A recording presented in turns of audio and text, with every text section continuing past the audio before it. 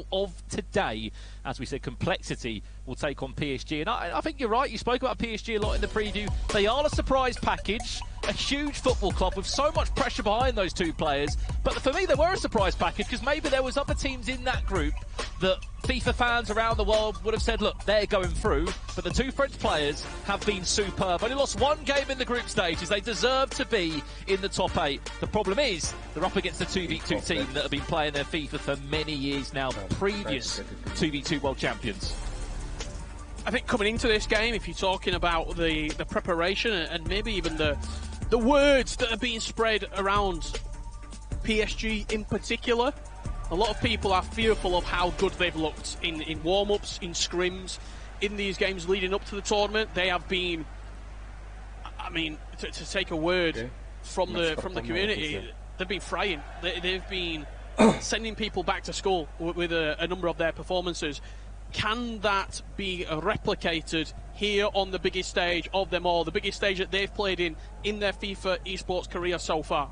Yeah, well, if this is your first time tuning into the EA Sports Cup, you come at the perfect time. Quarter-finals live in London. 4 games coming your way back-to-back today. PSG looking to get the first real chance of the game. It's Ronaldinho off the get-go. It's a great bit of trickery, and Van der Sar has to get down to ground. As we said, FIFA Ultimate Team is the mode in play. And if you are wondering why these teams are so stacked, these pro players have got access to pretty much every single player in the game just for tonight. And that is why you are seeing icons galore everywhere. We just saw a first chance of the game on one side from PSG. One man that's popped up on 2 occasions already, Richard, is Ronaldinho.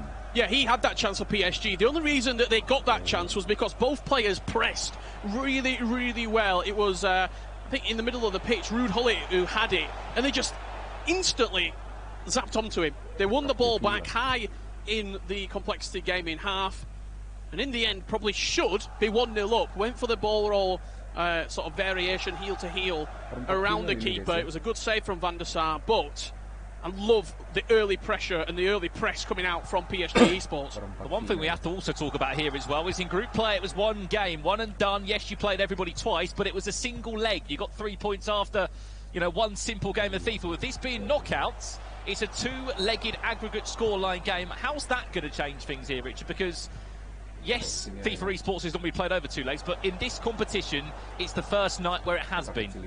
Well, it gives teams more time. That's the biggest sort of element of it, whether that's positive or negative time. Positive in the factor that if you're down 2-3 goals in the first leg, it's not game over. You've got time to bring it back. If you are leading, you've got a long time to see out a game. There's complexity now. Remember, past 2v2 world champions, it's the same duo with Maxi and Joxam. They've been playing their FIFA together since 2019. It's quite a few years they've had representing the American esports organisation. They are the only team outside of Europe that have got this far. And by no means you cannot look past that incredible achievement. Here comes a corner. Yeah, Torre was man-marking Virgil van Dijk there, and our first set piece of tonight's action, it was dealt with ease. The one at home for you, if you are looking to potentially get a set piece from a corner and turn it into a goal. You saw that he put the right analog stick all the way to the right-hand side of the ball, get that in-swinging curve on it, and attempted to whip it into a dangerous area with a lot of pace and a lot of power. Of course, we can see you guys at home getting involved in the conversation. Let us know in the chat, whether that be Twitch or YouTube. Who do you think is going all the way in the EA Sports Cup? Of course, that question will be answered on Wednesday night tonight. We'll find out what 14 will be booking themselves into the semi-finals. Alongside bagging some decent cash along the way. Here's R9 dancing in the box, quite literally. Great save. Needed Van der Sar again, who has made 1 or 2 stops early into the game. Just needs that extra touch to skill triple-nya. Get 2 hands on it. I was just looking through the list of players, Rich, that have made it into this top 8 today. Joxam, believe it or not, is the oldest player left in the tournament still. He's only 24, but in that time, look at what he's achieved in this FIFA scene. He has got some incredible accolades. I do think what Maxi and Joxam have as a team, yes, you can look back at Denmark last year, Copenhagen, which was a month to forget about. Look how that's changed this year into FIFA 23 and what a team they still are and a force to be reckoned with. I think what they've done, Mike alluded to it at the top of the show. If they had some grievances, they've ironed them out. They've sort of de-stressed the situation that was there when they weren't performing well. There might have been in the past blame placed on each other. Now, it's a very level playing field. They're a very good team. I'll probably say they're one of the best teams in terms of two players who have chemistry, who can sort of bring each other up and make each other better, that we've got left in this top 8. And that's simply as well because of how long we've seen them together for. They've established this chemistry and this teamwork. Zidane. Speaking of complexity now, Mbappe just charging forward. Van der Sar also comes charging out a goal. Van der Sar kipernya, guys.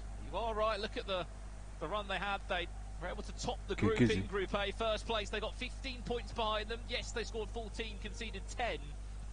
But still, they topped the group, gave themselves, you could call that slight advantage, but no one's an advantage here. Ball across the box.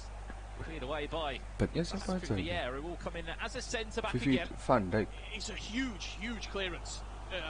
Can't understate how important that was, because it looked as though Amar, Vieira jadiin back tengah, guys. Bottom right was in on goal di with FIFA console. Ronaldo Nazario. The cross was whipped in, and Vieira just about cleared it from underneath his own crossbar.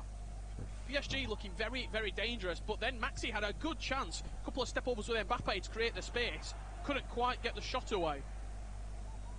It's worth mentioning, obviously, 2v2 FIFA means two players controlling 11 players on the pitch. Keep an eye on those little cursors above the in-game items head. One side you can see a blue and a sort of turquoise green. On the flip side it's yellow and red. Here's Pele now on the edge of the box. Well, time it green again. Vieira just about managing up the perfect block there. Defensively sound so far. Have complexity been? Just trying to really look, Richard, what's changed since the winter break in terms of teams? Not much really. We know the likes of Mbappe's had a slight upgrade on his foot item. Yaya Toure won't be moved. That World Cup upgrade still features, if not Zidane, alongside Hull at half-time here in our first quarter-final. 0-0 so far. And as expected, it is going to be a little bit of a feeling-out stage. You're talking about the teams in particular. It's the prime icons introduced, mainly, that have been brought into the teams. You can see conversations there ongoing between both sets of players. Rather interesting that Amar chooses to whack his headphones on with the music full blast, and his teammate Nkante just soaking up the atmosphere here in the arena here in London. It's an interesting duo, this PSG side. Nkante did sign for the club a few years back, but for now we'll catch up more on that. For now, let's head down to Carl Walker, who is alongside some other people that might be feeling a little bit nervous tonight. Thank you, Brandon. Yes, I am indeed. Daniel, you're obviously the coach for RB Leipzig. Your game, a huge game coming up next. But just talking about this one, 0-0, 45 minutes in. Obviously, we've got two legs, slightly different to the 8 weeks that we had previously. How difficult is it adjusting from gameplay, ensuring that you don't give a mistake away? And you're the coach, so you're sitting back, you're watching the guys play, but making sure that there's a balance between not giving a mistake away, but also going forward and scoring. I mean, especially in the quarter-final, it's today like the first game where it matters. So it's hard to find the right way to take risk and just to play safe. Well, they're not playing safe because they've started the second half. So let's get straight back to Brandon Smith and Richard Buckley. Thank you very much, Carl. Great to hear there from the man behind the success of RB Leipzig. Could be a chance early doors in this second half. Lucio is one of the other foot heroes that will feature in this side for PSG. But just on that point, very quickly, Richard, of RB Leipzig, that did top their group. They have the tally for the most goals scored and the most points accumulated in this tournament. I've got a question for you, Brandon. Obviously, we've got the chat open. We can see it. Kyle just asked a question, so I'm going to do the same to you. Someone said, why is no one using Dalot? Long pass. At right back. That was a genuine question that came through the chat. Thoughts? I mean, it's a bit of a left shout, isn't it? It's left field. Plays at right back. Maybe we'll see him one day. Look, if you've not got the coins, you can fit straight into the team. One more pass. He's Ronaldinho. Great save. Van der Sar Van der Sar nggak di FIFA konsol, nggak di FIFA mobile Fantastic GG, chance guys. early on, and it's no surprise it has Pele. fallen through the hands of Ronaldinho. Pele. What can you see from this corner? Whipped in deep, and Van der Sar, 2 hands on it. To continue on the answer from that question, I mean, there's just better right backs available for these guys to use. Cafu is that player of choice for both of these two teams, and to be honest, will probably be the option of choice across the next 6 teams you see involved tonight. PSG, first half, they were, you would say, the slightly more proactive team, but this opening 13 minutes, from what we've seen on complexity, they're getting down the flanks, they're getting a lot of space in these dangerous wide areas. Is Maxi now in control? Ronaldinho on a play. Oh no! There's your first shot, really, from Johnson in the box. GG. And who else would it be? Mr. Reliable as always, no matter where it is, no matter what time of day. Ronaldo Nazario to get things moving. Complexity lead by a goal to nil.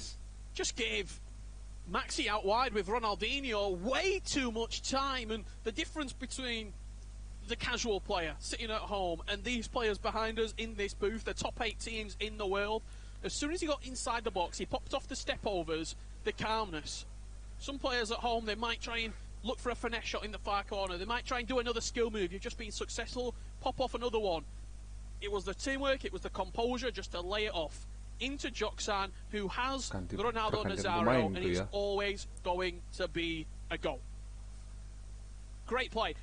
Poor defensively from PSG, because I said the wide areas was where they could get in behind complexity, and they just left the space there. They didn't track the runner of Ronaldinho. He just ran straight off of the right back, and we can see that right back's been changed because Trent Alexander-Arnold is now on the pitch. Although there was a list of right backs that you guys hope wanted to see involved, Trent Alexander-Arnold comes into the fold. Clearly, it's as harsh as you can see. You were terrible there. You didn't stop Ronaldinho. Get yourself off. Yeah, Trent, you're on. Trent, you're on. Try and make something happen. But how many times have we teased that, Rich? Ronaldinho has caused issues on both sides of the pitch. Look where the play is again. This left-hand side of the pitch, PSG's right side, is where Complexity Gaming are getting all their play at this moment. And they've also compounded the misery because they've just brought a brand new left-back on. Alphonso Davies is now on the pitch at left-back. Well, PSG. Pele ya, yang dibuat itu. No keeper movement, this could be dangerous. Making the changes. Watch this corner then. Pele's over it. It's Maxi taking the corner. Joksan teasing Hullit's run in the box. There's also a run from R9 there. Flicked it on. There was an idea. And there's another corner that's been won. Expect to see across tonight 3, 4, 5 different ideas from these set pieces. Facecam-nya, guys. Especially how low scoring some of these games are going to be. Towards the back post. There you go. If plan A or B doesn't work, let's go for plan C. We said the goalkeeper movement wasn't there. It didn't tempt them into trying to shoot maybe or looking for something different. It was just a whipped with some serious venom into the back post area. And we're showing you all the tricks of the trade here tonight. 3 or 4 different corner techniques that you could be pulling out of your locker. And who else? Player satunya itu yang pakai headset, guys. Especially tonight, Richard, of all nights. A corner can be the difference, can't it? If you get through. The ace in the hole, shall we say. This is where you pull out the thing that you've not shown on your live stream, or you've not shown in qualifiers to other players, the thing that you've been working on behind closed doors. This is the time to pull out that free kick, to pull out that corner. Because it could be worth, Rich. 25k. $25,000. That is what you'll get with a win in a quarter-final here tonight. 2-0 they lead. Yes, there's a second leg to play, but this is the sort of scoreline where it's a horrible scoreline in some ways. Especially against such a good defensive side, a renowned defensive side. Ronaldinho just charging forward for PSG. Great save again. Van der Sar has been a hero. Will he be a hero again this time? Mbappe, the Frenchman, will pick PSG up off their knees and say, come on, we've still got a second leg to play. And we talked about the ice inside the box. It wasn't there for Encante. He shot straight at the keeper, but he got another bite of the cherry. Kylian Mbappe, a couple of step-overs inside the box, reclaimed and recalmed himself. Massive goal. Great finish as well. I didn't think Van der Sar were going to be beat in this first leg. He looked like a man possessed. The composure there from Kante, because it was Hail Mary in that box, wasn't it? There were chances, there were saves, the ball was bouncing around, and you spoke about, Rich, what makes the difference between the casual and the pro player. Look no further, the composure there from Nkante. Couple of step overs into the top corner. Just like that, PSG have now suddenly got this confidence of, look, why not? Why can't we go and find an equaliser? They've won a corner. Seen how dangerous they've been already today. We've only had 74 minutes of gameplay. And each corner is like a chess match. How far do you move the keeper? Where do you move your defenders to inside the box? Look at the red and yellow icons of complexity. They've got Vieira and they had Ruud Gullit. They're pulling their best-headed players into that area. Here we go. It could be a flick on. There was an idea from Gullit.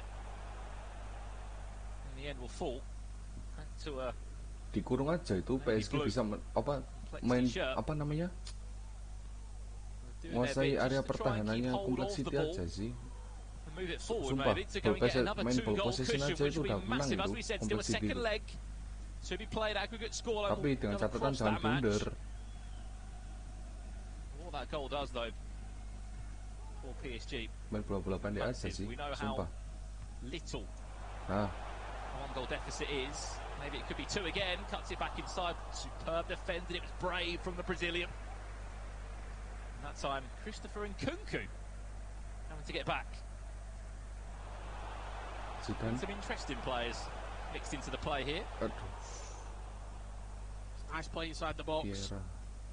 From Complexity Gaming, just looking for that step over. It's been such a pivotal skill move. We've seen R9. A lot of it in and around the box. You get that little speed boost from it as well, and try and bisa dibalikin lagi Zidane. Either open up space for a teammate or get a shot away yourself. Great first leg here of the EA Sports Cup. What's the ongoing run there on the left-hand side? Mbappe, oh no, and I think he was just offside. He won't make the run anyway. It's Cafu. Gets back round to deal with the danger. Again, it's Ronaldinho again, just causing problems down this left-hand side. Can he find a cut back into the box now? Ronaldinho, great feed, back to Joksan. Another corner where Complexity have already scored from. What plan have they got this time from the set piece? This time it's played short to Pele. Keep the ball. Recycled all the way around. Angkat. Still, they do keep possession. They don't want to be in danger of forcing the turnover. And PSG Esports having the final attack of this game. They're going to hold the ball. They're going to wait until that stoppage time, injury time comes up. They've got 2 additional minutes, and now they'll try and go forward. But possession given away. The ball out of play gives PSG a chance to level up going into leg 2. Last roll of the dice for PSG. If there's enough time, there is about 10 in-game seconds left to get the ball over the halfway line, which they've done. We'll get a chance. I think Ronaldinho will just be offside, and that will do us at the halfway point. Remember, this isn't done yet by any means. There is still a second leg to follow between these two giants. And at the halfway point, Complexity lead PSG by 2-1. It could have been a 2-goal advantage to take into the break, but that Mbappe goal was massive for PSG, just to get them back believing, back thinking, look, we've made it this far, why can't we go the full way? PSG potentially could feel hard done by to have not scored more. A couple of great saves from Van der Sar in the Complexity goal. It was that early chance, the sort of ball roll heel to heel. If you look for a different variation, potentially we could be looking at a tied game right now. 2-1. Complexity Gaming take a very, very narrow scoreline margin into the second leg of action. Absolutely, as we said, lots more to come here tonight. For now, we're going to go to a quick break. When we return, second leg between these two giants in our first quarter-final of the EA Sports Cup. We'll be back in a few. Complexity.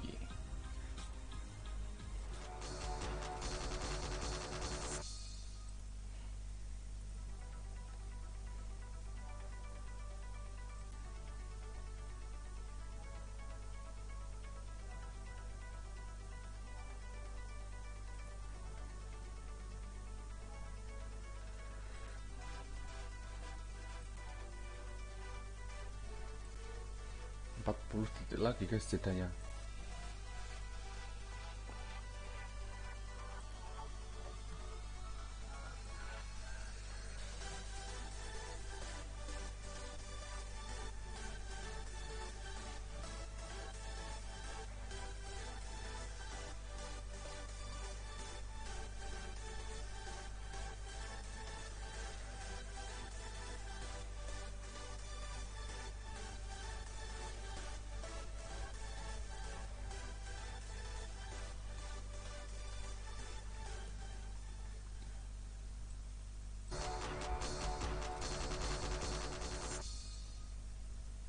Welcome back to London for the EA Sports Cup. You're joining us for no doubt one of the best weeks of action. Remember, we've got gameplay today and Wednesday. By Wednesday night here in London, we'll crown our winner of this tournament, picking up $50,000. Myself, Brandon Swift, and Richard Buckley guiding you through our first quarter-final today. Well, at the halfway point, Rich, there's still half a story to tell. This game is still very much open. Yeah, this game is way, way up in the balance right now. It's up in the sky. Nobody really has taken advantage of it. This was a huge chance early doors for PSG Esports to open the scoreline after 3 minutes. They had a second chance, which was tipped into a dangerous area from Edwin van der Sar. Complexity came down the other end with Kylian Mbappe just nudged off of it, but it was in the second half where Complexity really got going, and look where all these chances are being created from.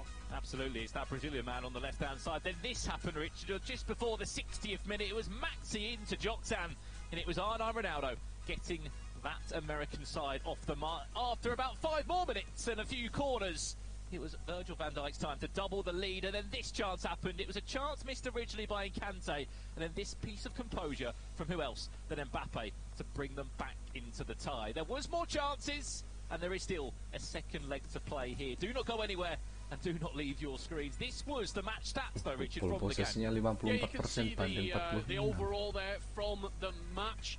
I think what I want to draw your attention to, the passes from Complexity. 163 passes, sort of, I wouldn't say dominating the ball, but dominating large portions of the game. And you also saw down there as well, not many tackles, not many interceptions. It wasn't really a scrappy game. It was quite end-to-end.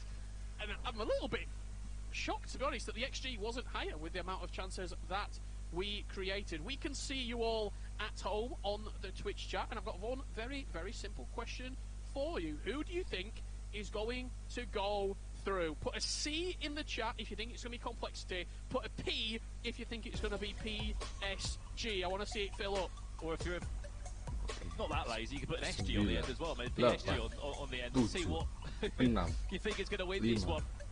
This is a two-legged game of FIFA as it stands. Oh, pakai sistemnya 2 leg ini guys. Mungkin loh ya.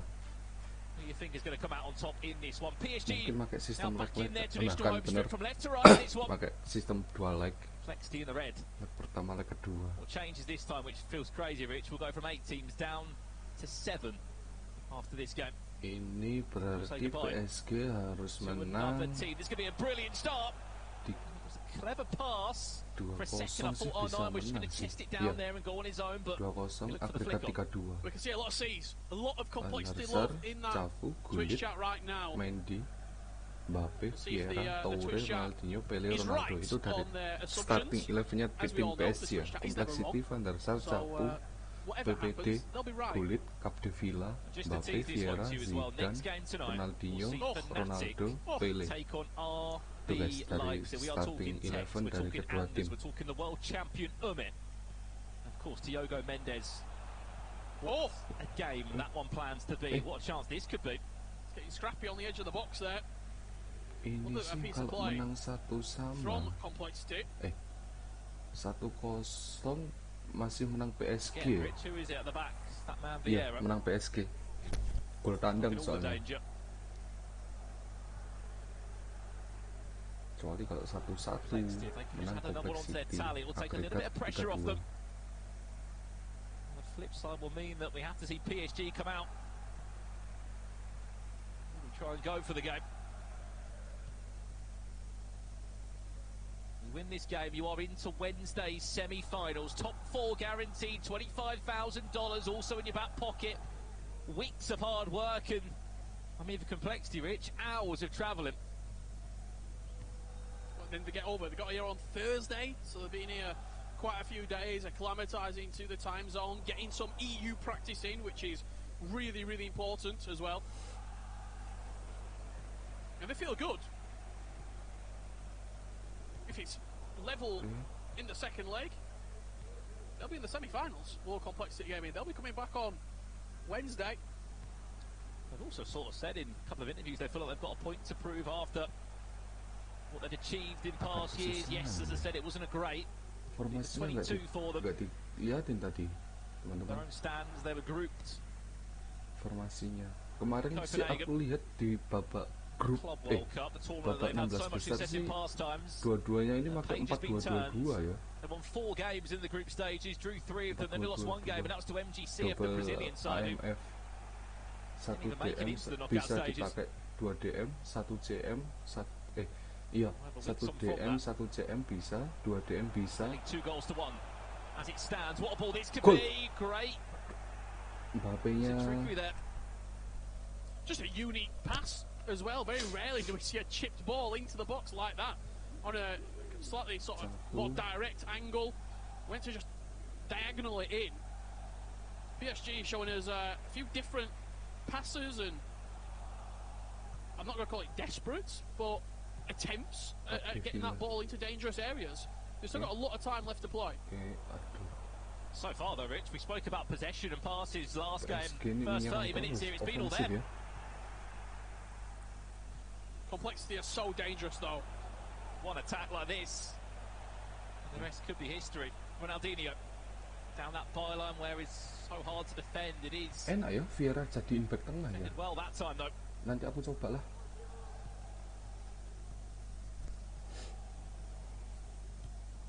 Massive switch of play. Pas. Ferland Mendy. Mendy. Angkat.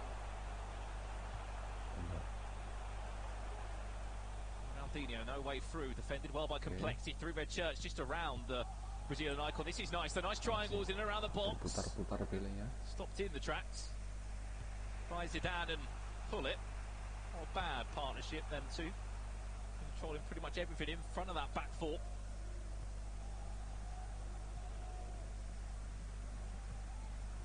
One thing I've noticed straight away in this second leg, they're a lot more tentative defensively, are PSG, to pull players out of position. They're not allowing the space out wide in those areas where Complexity hurt them in the first leg. Oh no.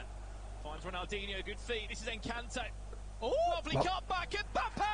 Who else would it be? He struck once in the first time, but he strikes for a second time in the second leg. And just like that, a 2-goal cushion wiped away.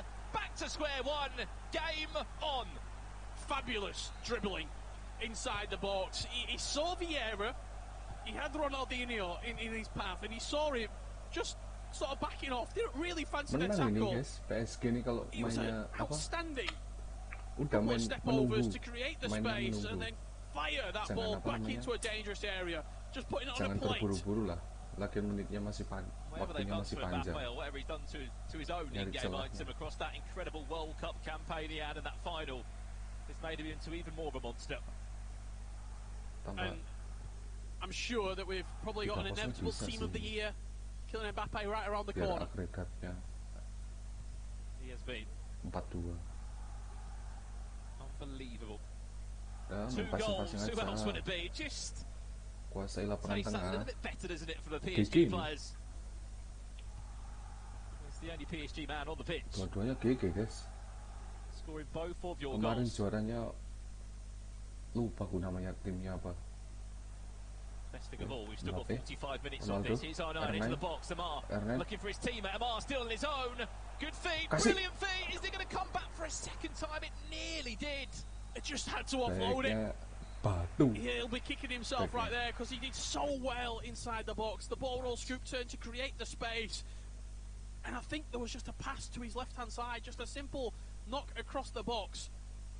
I think we've all been there, Rich, isn't it? When you're on one of those runs, You just got to hit it. just doesn't You have to stop, take does it. it? The You have to skills are take there, it, the yeah. combinations are there, and the space is just opening up. Maybe,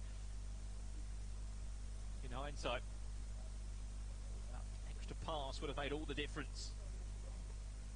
See the half-time stats there. 0 shots It's one-way traffic, wasn't it, PSG? Discordnya siapa aja ini? All Amar and Encante in that opening 45. Sepi guys, Discordnya guys. Quite a serious interview as well from Amar, wasn't it? It's like, look, this is our full-time job. We've got to go out and Sumpah sepi. put in a big performance.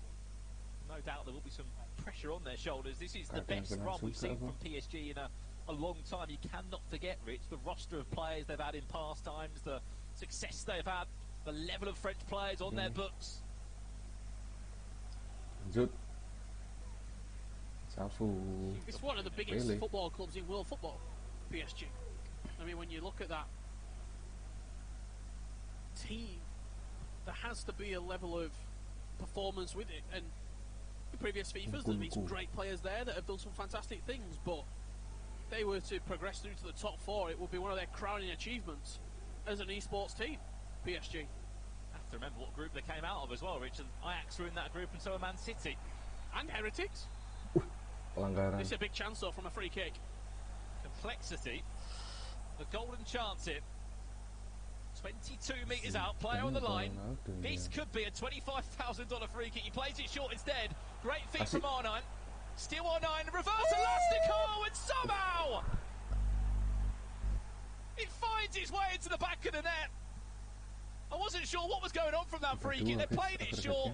Then it just became a little bit of a skill compilation. The next thing you know, it's in the back of the net. Complexity back in front, 3-2.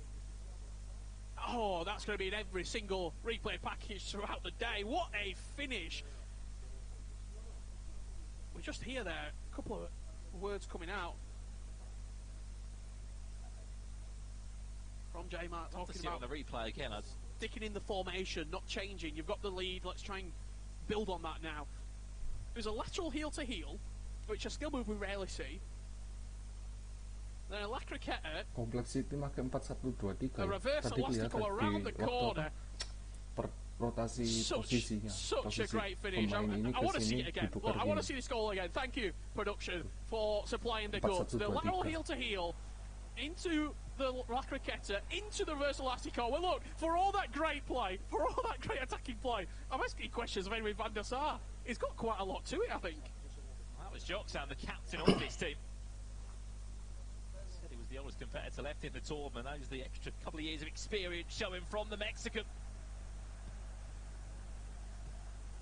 Oh, dari Mexico. Well, they've had a lead twice now in this tie. Can they hold on to it? Oh, PSG bisa yuk. This time round, there is going to be an instant reply from PSG. Sumpah, Vieira ni agak ngeselin ini, sumpah. Well, they had to, didn't they? I mean, Complexity now from a quite a poor second leg, you would say. First half, they were under the cosh. Now back in front. Pele. Corner. PSG's turn to make something happen. They scored a corner, which was pretty remarkable in the group stages against Ajax. They always have a surprise package up their sleeve, do the French duo. This time, what have they got? Mbappe tees there. You can just see his run. He's in a battle with Zidane. He's going to then fake it back outside. There's Hullet towards the front post. Hullet's there! Good contact. Good set piece. Just too much on it from Ruud Hullet.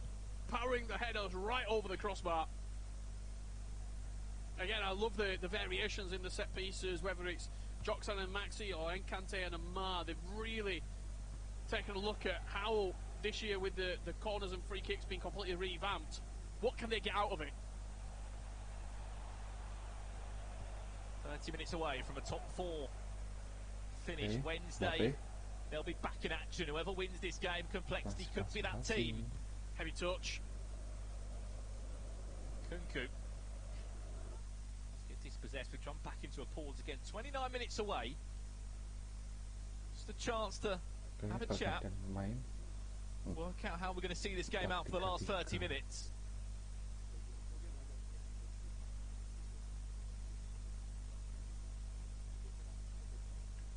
Very good for now. The resounding message coming out of that Complexity camp. On the other side of the screens, PSG Esports with a very interesting high five. High five meets fist. But it doesn't matter. They have the team cohesion, they have the chemistry. Do they have the minerals to come back from a losing position once again?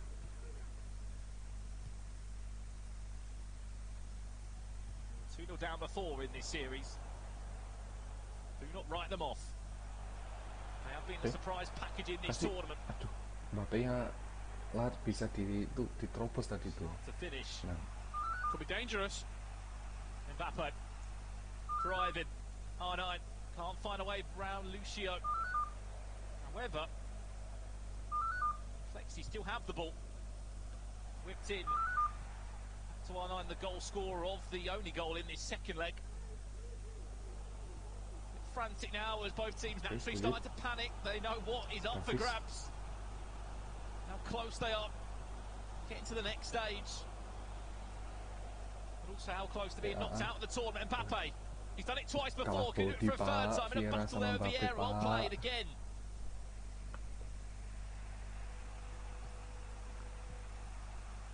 It's all about game management, playing the right pass at the right time for Joxon and Maxi right now. Taking those extra couple of seconds out the game. They score one more, it will certainly be game, set and match. He's bundled his way through. Kylie and Kunku. Couple of ball rolls. This is Joxan still down the byline. Mau nyari penalti itu, sumpah. Alexander-Arnold and Nge-skill kotak penalti. Mau nyari itu guys, penalti. Mau nyari titik 12, tendangan titik 12. Oh, this could be a gift. He's offside, R9. That is also a gift on the flip side from the linesman. Paul's cued.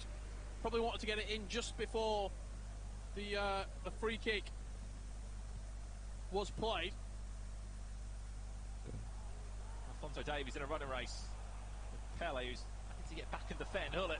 This is nice. Ronaldinho, one more pass back to R9. Good idea with the skills. Unfortunately, the conviction of them just didn't really work. It's a great tackle at the back. This could be it, Rich. They can conclude it now, maybe, if they need to. Pele back to R9. One more pass or not! The ultimate killer blow. It was Mbappe that scored the goal against PSG. And that goal there could be the difference to send Complexity into a top 4 semi-final. PSG back to the hotel to pack their bags.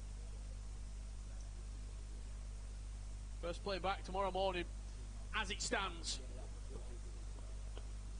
There's time to go into a pause. This is where you've got to go for it. It's not a bad time to pause the game for Complexity, though. They wanted the pause. Now they're up by 2 goals on the aggregate scoreline. There are numbers forward for PSG Esports. That's the only route to keep yourself alive here in the EA Sports Cup. Complexity are that team.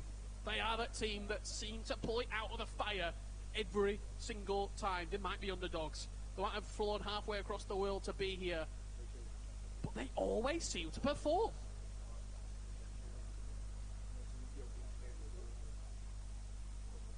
No matter how far they have to travel, Rich, as well. What, back in Milan all those years ago, they travelled there.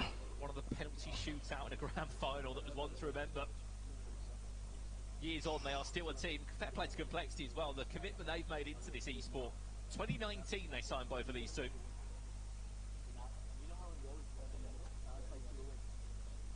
Lots of conversation in that Complexity camp. I think it's a good thing as well. They were talking about what time to sort of play for the last attack, how they want to try and address this final 10 minutes. You know what you're up against. You know it's going to be an all-out press. Well, I'd like to sit here and say 2 goals would be enough with just under 10 minutes left, but we've seen some wild things in our time. Ooh. The air is not happy about it, and so we shouldn't be. Tackle of the day.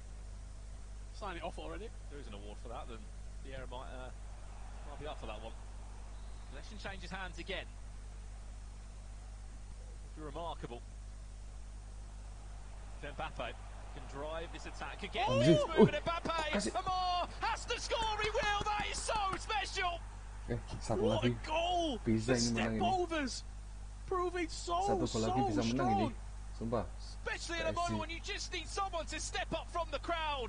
Grab this game by the scuff of his neck. He was ice skating around the box. is that. Momentum moving now for PSG. Oh! Mbappe again, Amar is on the run of his life at the moment. Complexity just doing everything they can as PSG continue to pile on the pressure. So another win back on not. The ball's bouncing around frantically. It's theirs to hold on to now, Complexity. A minute left plus additional time. Corner given away. It's a tough one. The composure of that PSG goal as well, just while this is in the corner. He saw the keeper coming out and just took an extra touch past him. One more chance for PSG. Surely not. Surely not. 2 minutes left on the clock. The pressure. Got to go. Double pressing, Pak, langsungan. The ball has to move. And it has to move quickly. Oh, it's a terrible touch, and Kunku's going to get it back. Oh, what a tackle! Yaya Toure. And with that tackle there, Complexity, you can say, are in the top 4 of the EA Sports Cup. $25,000 guaranteed. What an opening matchup we've seen tonight here at the EA Sports Cup. And the best thing of all, we've still got 3 more quarterfinals coming your way. It really doesn't get much better than that. What an end-to-end game. What a series. Complexity clutching up when they needed to most, but PSG with an outstanding performance. They'll feel hard done by. They feel as though they probably should have got more out of the game. But Complexity guarantee and confirm their spot in the top 4, and they are 2 matches away from being your EA Sports Cup champions. No matter where it is, Richard, no matter the year, no matter the FIFA title, one thing you can guarantee is Complexity in knockout stages in the tournaments. That's an extra level added onto their perch now. Top 4 guaranteed, $25,000, and the only team, Rich, out of Europe that have made it to the knockout stages go one step further. Let's talk about PSG very quickly. Commiserations to these two. It is a newly created team that has had an unbelievable run. There are moments of magic in that performance. That goal from Amar there at the end. What a run with Mbappe. I know it won't mean much now, but still a top 8 finish in your first 2v2 tournament as a duo is pretty good going. And that's the level of these quarterfinals. PSG win that on any other match, but in the quarterfinals you have to be perfect, and unfortunately they weren't. Well, there we have it. Quarterfinal 1 done and dusted. Complexity into the semi-finals for now. It's over to Rachel Mike. Well, Complexity in semi-finals, and a very happy Mike Labelle is alongside me. He never doubted them. It was intense. It was. I felt some drama in that game. I mean, can we safely say they're one of the best ever 2v2 partnership, the most established 2v2 partnership? I definitely think they can be in that Mount Rushmore, if you will, of 2v2s. I mean, granted, 2v2s haven't been going on that long. But they have been going on that long. Year after year after year. They have. I mean, they're 2-time world champions are now into the top 4 in the world again this year. And let's see how they did it then in leg 2. Obviously, they kept taking the lead. PSG kept coming back. In the end, though, this is how they wrapped it up, Mike. And this is what you would expect in elimination football. Beautiful work there from Ronaldinho. It really starts out, you see the energy in the room here shift with PSG, a lot of confidence. You see R9 again working. They're doing a lot of different skill moves here. We've seen a lot of work from the goalkeeper. You see it gets a little bit of emotional, shall we say, back there, the reactions. I love this goal. We're going to look at this later. I mean, it's just gorgeous. Individual moments of greatness. You see R9 doing everything on his own, takes the team on his back. I would love to know if that was Jackson that scored that goal, if it was Maxi. I think it's the goal of the day, definitely the goal of the tournament maybe this far. I know it's just getting underway. And you see what's better than a little bit of that extra cushion is getting yourself a 2-goal spread. And they needed that 2-goal spread as well. As you see, it gets very, very dramatic. But a little bit of a rebuttal. Step overs, always overpowered right now. You're going to see tons of those skills, but it was a little too late for PSG, and they're going home slightly early. And you see it kind of closed out there from Jackson and Maxi. Again, both guys showing what it means to them as a team, as a collective. And I also think it's another great way to start the day, start the tournament, and send a message to the rest of the competition. The only North American team. Well, especially for Mike Labelle, of course. But in answer to your question there, I think it was Jockstand because Maxi's jaw nearly hit the floor there in response to that 3rd goal, which Mike will get If it wasn't, he'll claim it. I'm sure he'll claim it. He will. Quick word on PSG. Obviously, I think we kind of wrote them off in the first half. They really came back strongly, and they could have almost equalised on 90 minutes. Well, I also think they should definitely be proud of themselves. To get out of the group stage, I think they were written off for a lot of the fans and also even people that are on the back end. they weren't going to make it out of the groups, and they did that. They got through a lot of different competitors. We talked about some of the other teams in their group as well, so congratulations to them, and they made it a good opener for the day. Top 8 in the world. I mean, massive achievement all the same. Well, we've teased that third goal then. It was a Yoksan goal because Maxi, like I said, his jaw fell to the floor. Mike, you're going to break that down for us in this analysis presented by PlayStation Tournaments. I would love to, and it's truly just a moment of individual showmanship. You see here, quick free frame, but I'm going to break down what you see and why it's so important. I said it's a masterclass. He's going to give you this lateral heel-to-heel. You have to beat that first defender, or that midfielder in this case. Then you have a cancellation with the La Croqueta, going into a reverse elastico for the finish, 5-star weak foot. And you know, it's so nice. Why don't we see it twice? We're just going to bring it back. You don't need anything extra here. Look at this lateral heel-to-heel. There's the cancellation. You resurface the reverse elastico, and you don't have a weak foot. Van der Sar's card out of position. It's just gorgeous. It's beautiful. It's fantastic. You can insert a superlative here. You name it, we talk about it. But it should definitely be on a top 5, maybe at the end of the day. I mean, if the performance wasn't a statement, that from Yoksan as the captain was a massive statement to the entire community. We talk about being ice cold. You've got all the composure. You don't feel the nerves. You're on the biggest stage. It's just you out there, and you pull that out? Just saying. Well, it's cold outside, and it's even colder in here from that performance. Well, let's have a look at the bracket then. Our first teams are into the semi-finals on Wednesday. That goes to Complexity Gaming. 4-3, that win over PSG Esports. Next up, though, let's just cast our eyes downwards. It's a massive matchup.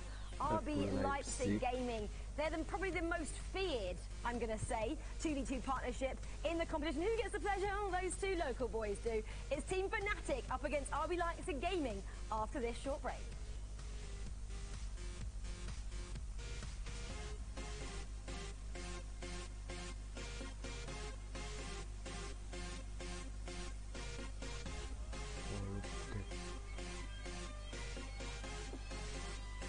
Tuh guys, Twitternya siapa? Complexity, Call of Dead, Complexity.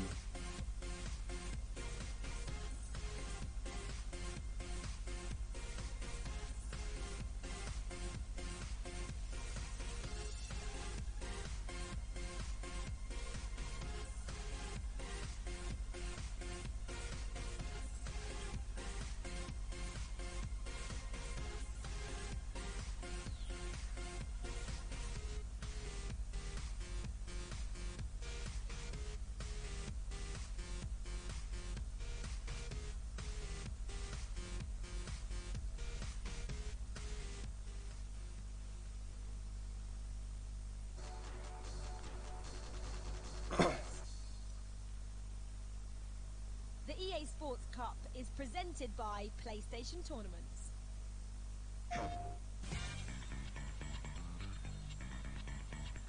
Compete in PlayStation Tournaments.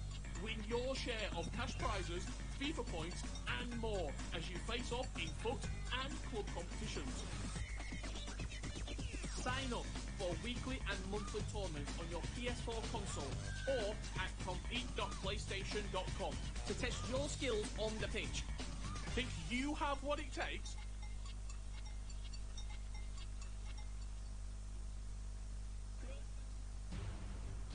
Yes, if you think you've got what it takes, then make sure you get involved. Right, welcome back to the EA Sports Cup. What a first matchup we had. And let me tell you, the drama, the tension, it's just building because there's plenty more FIFA 23 action coming your way. Right, let's introduce our next competitors to the stage. First up, please welcome the team that secured the highest points finish in the entire group stage, the winners of Group B. It's RB Leipzig. These guys will be looking at their opponents backstage, knowing they've got it all to do. I can quickly chat to them. Welcome, it's great to have you back. I'm coming straight to you just on this one. Fnatic, Tex, Diogo, they'll say they're the best in the world, but you're here to cause an upset tonight. Of course, we are confident. We finished the group really, really well last month. We didn't lose any games, so we are really confident. But we know, of course, our opponents are also really good, so I think it will be a tough match.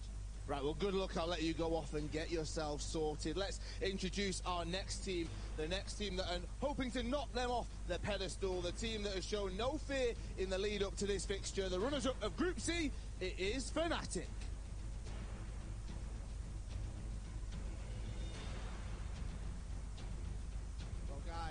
welcome. It's great to have you here. You know this stage very well. Both of you have been on the biggest stages when it comes to the FIFA esports scene. Diogo, I'll start with yourself, but there's nothing bigger than playing against RB Leipzig and, of course, Vergang and Ummet. I disagree, man. It's just another game. We just have to go out there, play our game, and if we do, we will win. Tex, if you were to say, looking at all of the opponents that you're coming up against or could possibly be coming up against, are these the most difficult out of the 8? Yeah, man, they're the best team in the tournament, probably. You've got the world champion at Nanda's Vergang, the people that can't be beaten. I have a feeling that you guys are... mind games are going on here. Are you saying that you're the underdogs going into this one? Absolutely. They finished top of the group, we didn't. They finished 10 points, we finished on 12. How are we not the underdogs? Tex, what's happened to you guys? I mean, normally you're coming out here, you've got plenty of confidence, but it feels like you're being quite modest. Nah, we're saying how it is, isn't it? We're really underdogs. And, you know, it's the first time in a while, but, you know, we own it. We're going to the lobby to play our game, and hopefully it's enough. Right, well, let's see what happens. I'll let you go and get ready. Brilliant. I like the modesty in that one. As you can see, the countdown timer has started. We are getting closer to some more FIFA 23 action. So let's get into it. Let's introduce Ryan and Brandon. Thank you very much, Carwood. Yes, what a quarter-final this one is on paper. When we first started this tournament, Ryan, if you looked at two teams, we're like, if that could be a knockout game worth $25,000, you'd be like, yes, please, let's just get it booked in now, done and dusted. It is a reality, and it's coming up literally in about 1 minute's time. What a game this one plans to be, Ryan. It's the highly anticipated game, and of course, you've got Tex. They're playing it down a little bit, but I believe they're confident. Yeah, absolutely. Well, there's a reason why Tex is maybe not fully confident. That's because there's a guy on the opposite side of the chair where they're sitting in. His name's Anders Vergang. He's young, he's 16, and this is a little bit more about him.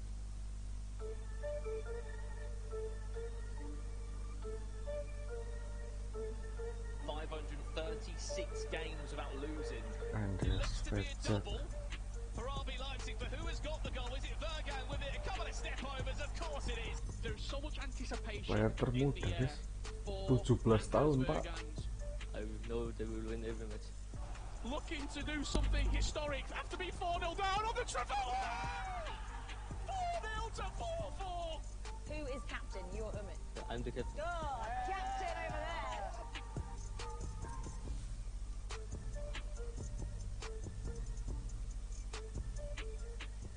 Well, you probably know this man from Foot Champions. Over 500, I think 29 games unbeaten, or maybe more than that, 535 games or something on those lines. He has created an era for himself, his own era. He has had question marks over them. Could he come to LAN? Could he face up against these sort of players? He's answered all of that. He plays currently for the best 2v2 team that we've seen in this tournament. Yeah, exactly. As you said, before he even started competing, he had a target on his back, as people called him the best 1v1 player, and of course, he holds himself accountable with his ability, and you said they started off really well in this 2v2 tournament. Yeah, well, what is interesting, before we had a winter's break, there was some interviews that took place in our last week of action, including Diogo Fnatic, and he had this to say. I talked to Tex a little bit when you guys qualified, and he said, well, I kind of hope we get Leipzig. Did you feel the same way with that energy, or is that maybe just Tex like putting on a little bit? Nah, yeah. I mean, I'd rather have a harder quarterfinal on paper and then have, I guess, an easy road. Also, like, I'm not scared of anyone. With all due respect, Ummet and Anders, I'm not scared, and I'm sure Donny isn't scared either, so it'll be fine. And normally you guys are under the most pressure because of everybody's got their eyes on you. It might be a little bit different in this circumstance. Could that work to your advantage? No. I don't really care about that. Like, whatever. If we're the underdogs or not, with all due respect, I do not think we're the underdogs here. But, yeah, no, I don't really care. Well, look, again, you're laughing about it. What's your thoughts on that? Because that was before the winter break. That was back in December before we stopped for Christmas. Obviously back now many weeks later. What's changed there in the mindset since that conversation, do you think? I'll be honest, I think it's just all man games. Diogo and Tex, they know what they need to do today if they want to progress into the next round, but so do the RB Leipzig boys as well. And again, I think both teams should be confident. No, they should be indeed. I mean, let's not forget about Tex. A lot of people know Tex. When you say, what's FIFA esports? Who's, that FIFA Pro player Tex? Oh, yeah, that's why, because this is what he's achieved. FIFA 19 might spring to mind because it was no doubt one of his most successful years we've ever seen from a FIFA player. In that included the last time he won a 2v2 tournament, Ryan. It was the FIFA E-Club World Cup where he was teammates of Nicholas, believe it or not, and they won a tournament in London 5-foot Champions Cup in his time, of course, first in a European North playoffs juara in past times 1 as 5 well, kali, and Pak. he has won that E-Champions League Invitational. There's a reason why he's got such a pedigree and so many fans in this scene, and there'll be a lot of people watching tonight, Ryan, really spearing him and his teammate Diogo on. Yeah, definitely. Tex, as you said, is a household name in the FIFA scene, not just in the UK scene, but worldwide. You could say, for me, the most coveted FIFA player that has ever been. He's won it all, other than obviously the World Cup, which is just slightly hasn't fallen his way, but everything else he's done, and we're hoping today him and Diogo can advance to the semi-finals. Well, I've got a question, Ryan, for you as this game does kick off right now. This is your second quarter-final of the EA Sports Cup. Winner of this will play Complexity on Wednesday in a semi-final, which can pretty much change the game. Just to get your thoughts, what can we expect from this game between these two? Because look, on paper, we have got RB Leipzig, who netted in 24 goals compared to Fnatic, who only scored 8 across 8 games in group play. That's got to change. Of course, it's a drastic difference. You can see the amount of goals scored for RB Leipzig. They go forward a lot. They're not afraid to push forward. The step overs in the final third as well is very effective. And I'm actually anticipating a high-scoring game. From both teams or from one? You put them in the spot for a prediction. I'm going to say Donnarumma. I'm going to say Fnatic. Keren ini. Keren. Baru lihat Donnarumma, guys, di turnamen. Out and out best team in my opinion. I think a lot of teams are very level. Lihat Donnarumma. I just get a good aura from Tex and Diogo today to feel as if they back themselves to win the game. Of course, Tex and Diogo kicking from right to left in this one. They were teammates last year as well, which includes a couple of runs they had in London, the season cup, and of course the FIFA E-Club World Cup. RB Leipzig, though, unable to make all of those events. They had success in the virtual Bundesliga. They were club champions last year. That was these two first real chance to work as a team, and you can't forget, Ryan, Anders was only 16 not that long ago, so he could only compete in a handful of events as this one comes in.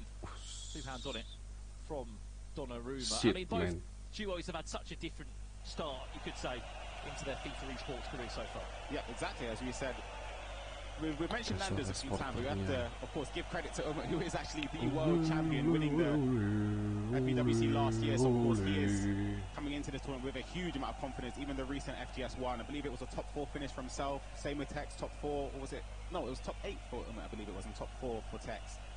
And, of course, it wasn't the best of tournaments for both Diogo and Berggang, but again, fantastic duos, fantastic in the 1v1 space, so they need to show up today and perform. Well, let's just talk about that very, quickly.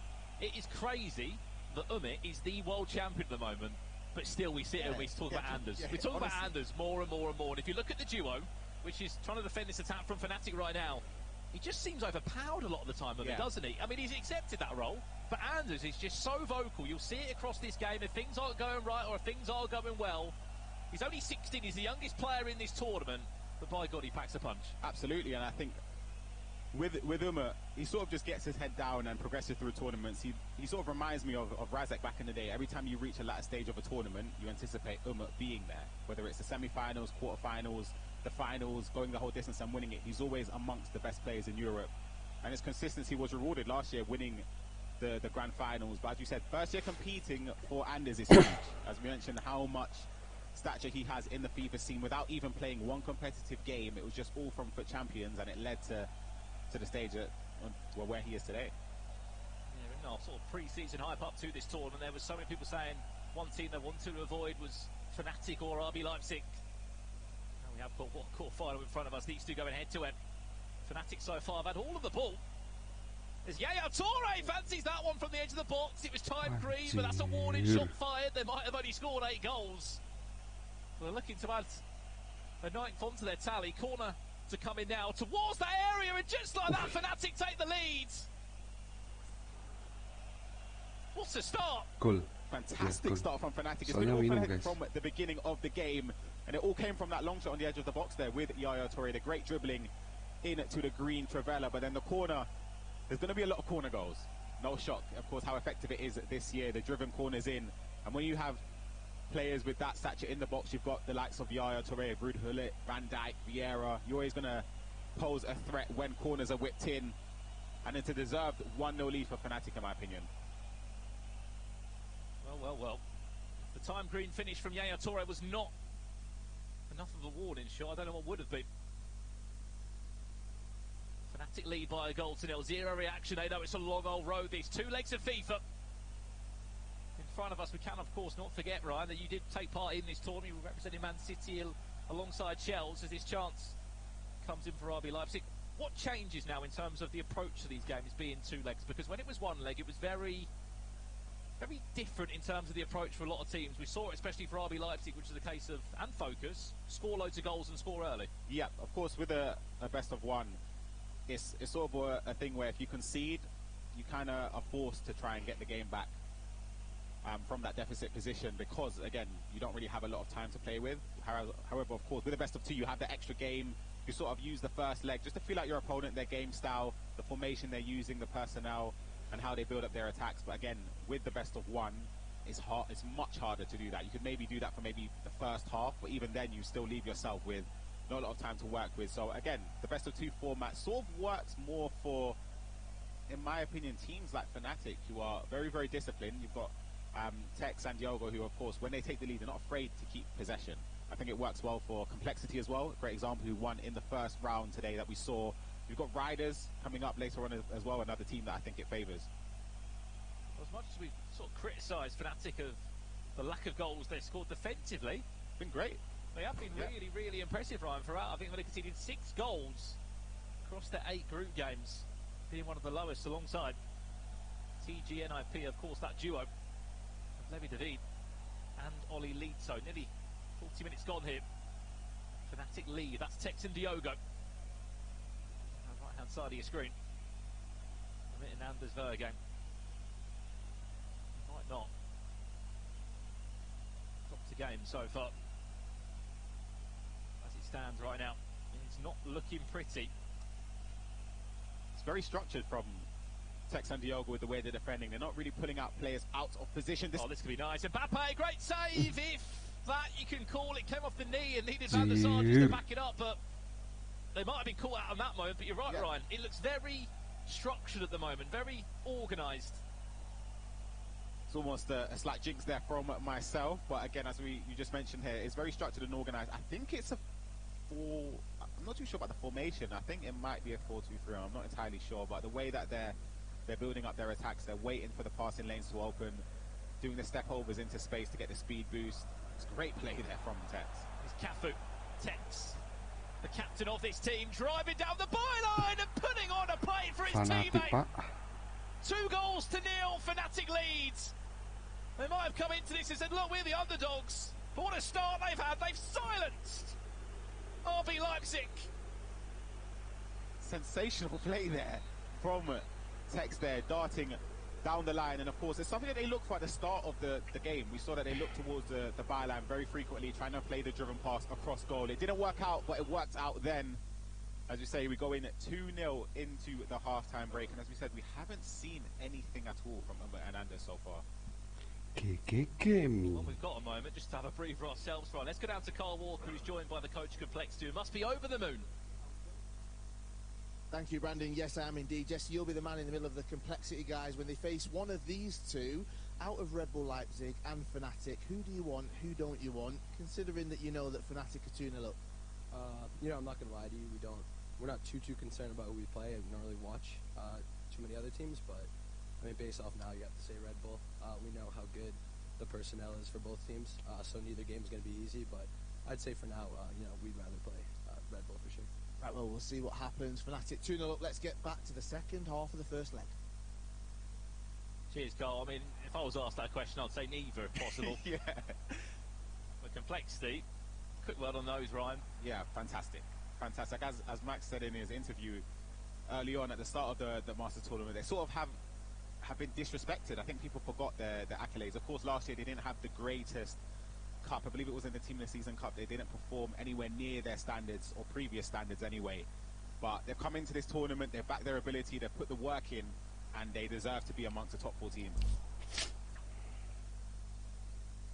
Underway for this one. If you have missed the headline news so far, that is Fnatic are beating the German force that has been RB Leipzig gaming. Anders Vergang, so far, silent, cannot find their feet in knockout football here in London. After a dominating display in the group stages. 24 points they racked up. Sorry, 20 points they racked up, but scoring 24 goals in total. No doubt one of the biggest matches you'll remember if you followed this tournament all the way through was that Fnatic game. Shot from distance. We'll take it back for a free kick instead. What can we see here? Played short. Zidane back to R9. That's not going to make them happy at all there as Ronaldinho and R9 just run into each other. Just a bit disorganised. I know you can't do much about that sometimes.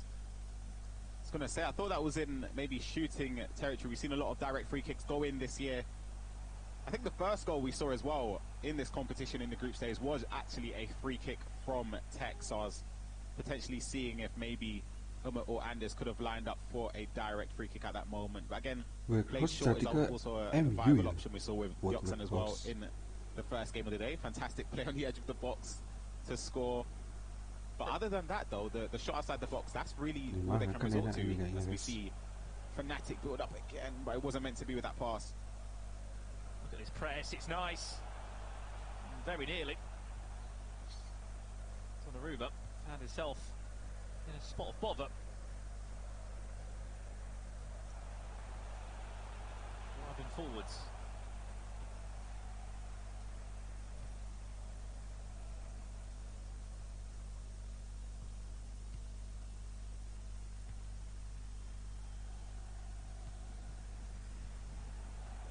Forward finds Pele. Diogo back to Tex. Tex with that blue caster above his head. His teammate with the turquoise green circle. Go for the cross here, Yaya Toure with the run. Watch it. This could be special. Oh, it was clever. Diogo tried to find the one more pass, and if it came off, it would have been magnificent, Ryan. But in that moment, I think he had to be greedy. Would have been a pass we associate. We call it the German cross in the FIFA community. It's something that you associate with himself. Triggering a run from deep with a midfielder or a centre-back and whipping the ball in, and it usually results in an opportunity, and it was a bad touch there as we see charging into the box. Great defending again from Tex there. Proud Liverpool fan is Tex, and that interception of Virgil van Dijk might have been that little bit sweeter. Keep an eye on the red cursor of an RB Leipzig player. That is Anders. Teammate of it. That yellow triangle does well, Anders, to win the ball back for his team. Great press from R9. He's going to be panic stations though sooner rather than later. If they do not find a way back. Mbappe, great feet, Umit finds Anders edge of the box. This is where he has to come out and play. Again, Virgil van Dijk called upon and delivering a superb time tackle. You can see they've just managed everything, Ryan. I was just about to say, you can see the way the tempo of this second leg has changed with the way Tex and Diogo are building up. They're not rushing any passes forward. They're only going forward if the opportunity arises. They're not being too risky, even though that pass there was an offside one there. But again, 2 goals down from... They're in a position now. We've seen them 4-0 down and come back. But I think this could be a different proposition with the way... I just don't see how RB Leipzig, they're not creating anything. They need to sort of up the tempo, maybe create more chances. Because they're just resorting to the step-overs on the edge of the box, but they're not really getting there. If we can, let's just get close into that booth of RB Leipzig. See if anything is being said between these two. Not much from Anders. You can imagine he's not happy with how things are going. But how important is it, Ryan? You've been in these situations, winning and losing in this tournament. When you go into pause like that, it is natural to just want to sit there and say nothing. Yeah. But you need to talk it out, don't you? It is. It's very, very true. As you said, it's very easy to fall into the... You can get deflated very easily, especially, well, now it's a little bit different because you do have the second leg to fall back on, but at that moment in time, if you're down by a couple of not too long left to go in the game, you sort of think to yourself, is it going to be your day? And that interception there potentially could mean that it might not be, but again, there's still a long way to go. We've still got the rest of this leg and the second leg to play. But the aim here for Fnatic anyway is just to slow the clock down, just keep possession, and make sure they don't give up any easy chances for RB Leipzig to capitalise on. Tackles like that will not help. Can not argue against Fnatic. They have not put a foot wrong so far. Mbappe. This is Tex now. Trying to outsmart Umit.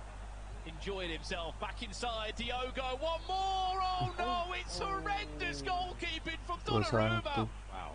But they're not going to care, are they? 3-0! Great play there as well, as you mentioned, the build-up there with Tex, with the drag back, sort of bringing it back to the old-school Tex, using the dribbling on the edge of the box there. Slice of fortune, a huge slice of fortune, but you have to take it when it comes your way. 3-0 to Diogo and Tex. Something comes into my mind here, Ryan. Footwiz. Yes, I know. Footwiz, RB Leipzig. Yeah. What was the score in that game at the half? 4-0. It was 4-0, wasn't it? They were 4-0 down. Yeah. And the full-time score was 4-4. I'm not saying it's going to be like this, but there's a team that can come back. Maybe it'll be these two, but something has got to change as soon as possible. What blows my mind even more, Ryan, is that throughout the group stages, Fnatic averaged 1 goal a game. They've just scored 3 in a quarter-final with $25,000 on it and all the pressure. This is without doubt, though, the best I've seen Fnatic play. I know it's easy to say that they're winning against arguably the tournament favourites, so you can say that it's always going to be their best game, but just the build-up play, the discipline, the structure in defence, the composure in possession, has been perfect, and rightly so. They go into the second leg and 3 goals up. Well, I hope RB Leipzig Daniel's got the hairdryer treatment ready, because he's going to need something to change the mindset of his 2 players now, who are 3-0 down. They are deflated. You can see them sulking in their chairs. It's got to change if there is a way back for them into this tie. But Tex and Diogo, wowee. If there's one way to come back into the new year, it's with that. 3-0 they lead at the halfway point in this quarter-final stage. This would be one hell of an upset and one hell of a storyline. Still so much to come between these two, Ryan. Yep, a long way to go. We've still got 90 more minutes to play for RB Leipzig to try and get back into this game, try and get a foothold in this second leg. But if it's anything to go back from the first leg, they're going to have to make some changes, because offensively I just didn't see anything. They didn't offer anything going forward. Well, they've got a couple of minutes now, because we're off to a quick break. When we return, it's the second leg between these two giants. Will they turn it around, RB Leipzig, or Fnatic book a spot in the semi-finals? We'll see you in a few.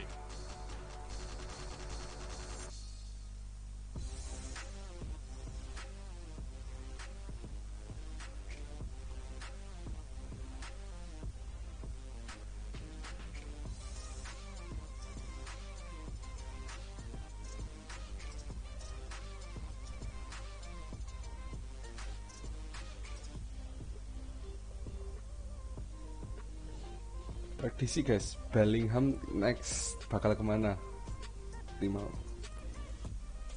Menurutku lebih cocok ke Liverpool ya. Cuma Liverpool harus cepet-cepet daripada nanti ketikung siapa? Ketikung Madrid.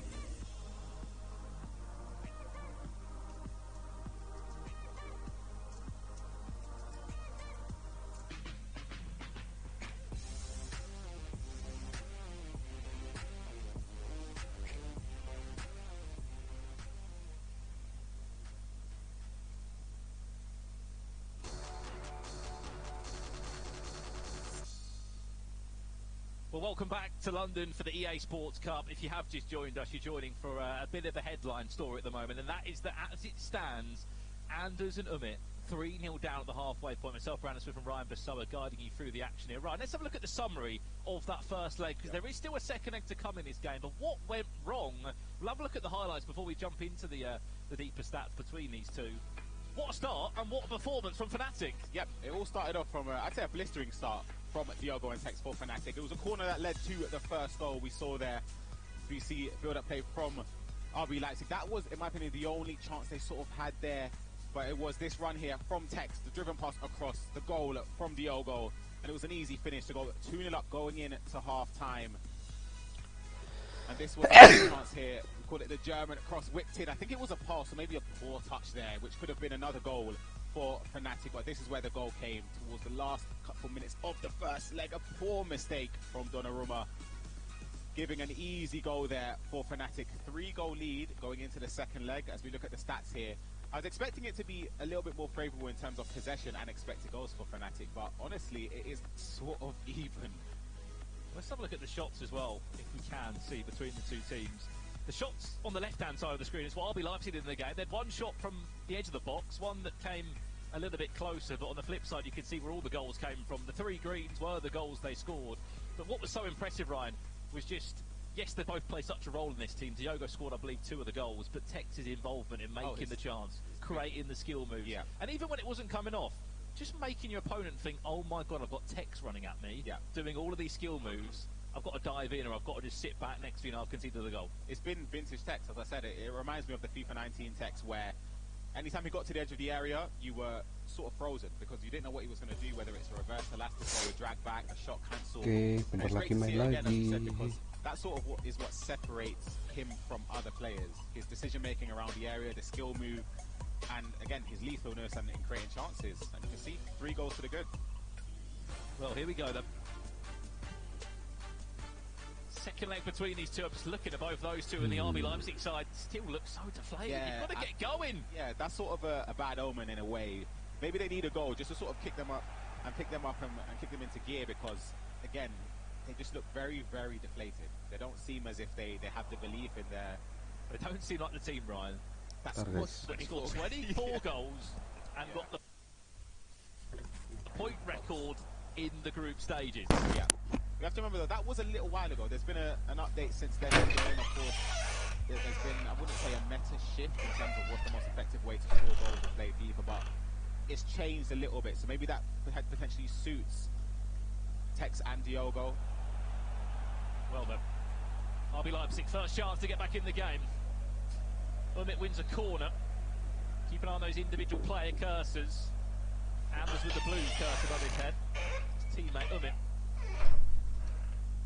The green. Tex on the flip side in control of the ball now. He's got a red triangle above his player's in-game cursor, and Diogo with that yellow circle. You mentioned there has been a change to the game, right? What can we expect in that change in terms of a pro capacity that could be obvious, maybe? To be honest, in terms of the actual patch itself, I wouldn't say there's been a huge change, but in terms of the way people play the game now, you're going to obviously look for crosses. Step overs have always been a key aspect of going forward, but I just think it suits having a best of 2 with the way that the game is for Fnatic, especially for Tex in a 1v1 capacity, but in a 2s format, maybe that sort of filters down to Diogo as well. I'm not saying he's not a great player. Diogo is phenomenal, and he's proven it over the years, but from what Tex has accomplished, it sort of just fits into the way he plays. Let's be honest, to partner with Tex, you need to be a certain type of FIFA player. You have to be top level. You have to be at the top, and again, yeah, definitely, it shows how good Diogo is. The fact that Tex can put the trust in his hands as well, and also score the goals. Yeah, right? Yeah. Cannot look past that these two did have 2 good runs last year in the only 2v2 majors we saw, which was the Club World Cup and Team of the Season Cup. Team that put in the reps. They've faced adversity a few times in these moments. They know what it felt like, and during that they probably never want to feel it again. Hence why they've come in with such a incredible impact so far. 3-0 they lead, looking for goal number 4. Here's Tex now with Mbappe. Trying to do a Tex likes run into the box. Ball pass there from Umit.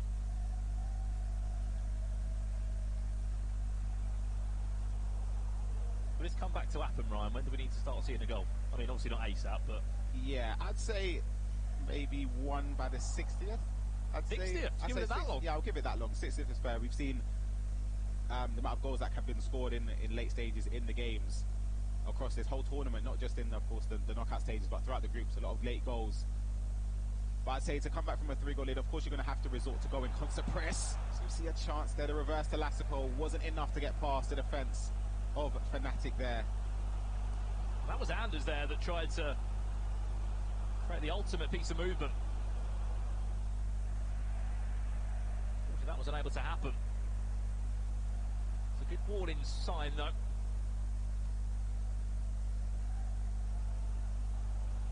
The only thing that worried me about this duo at times, they've just got to motivate each other, especially in these moments. The odd pass going astray, pick your teammate up, get him going.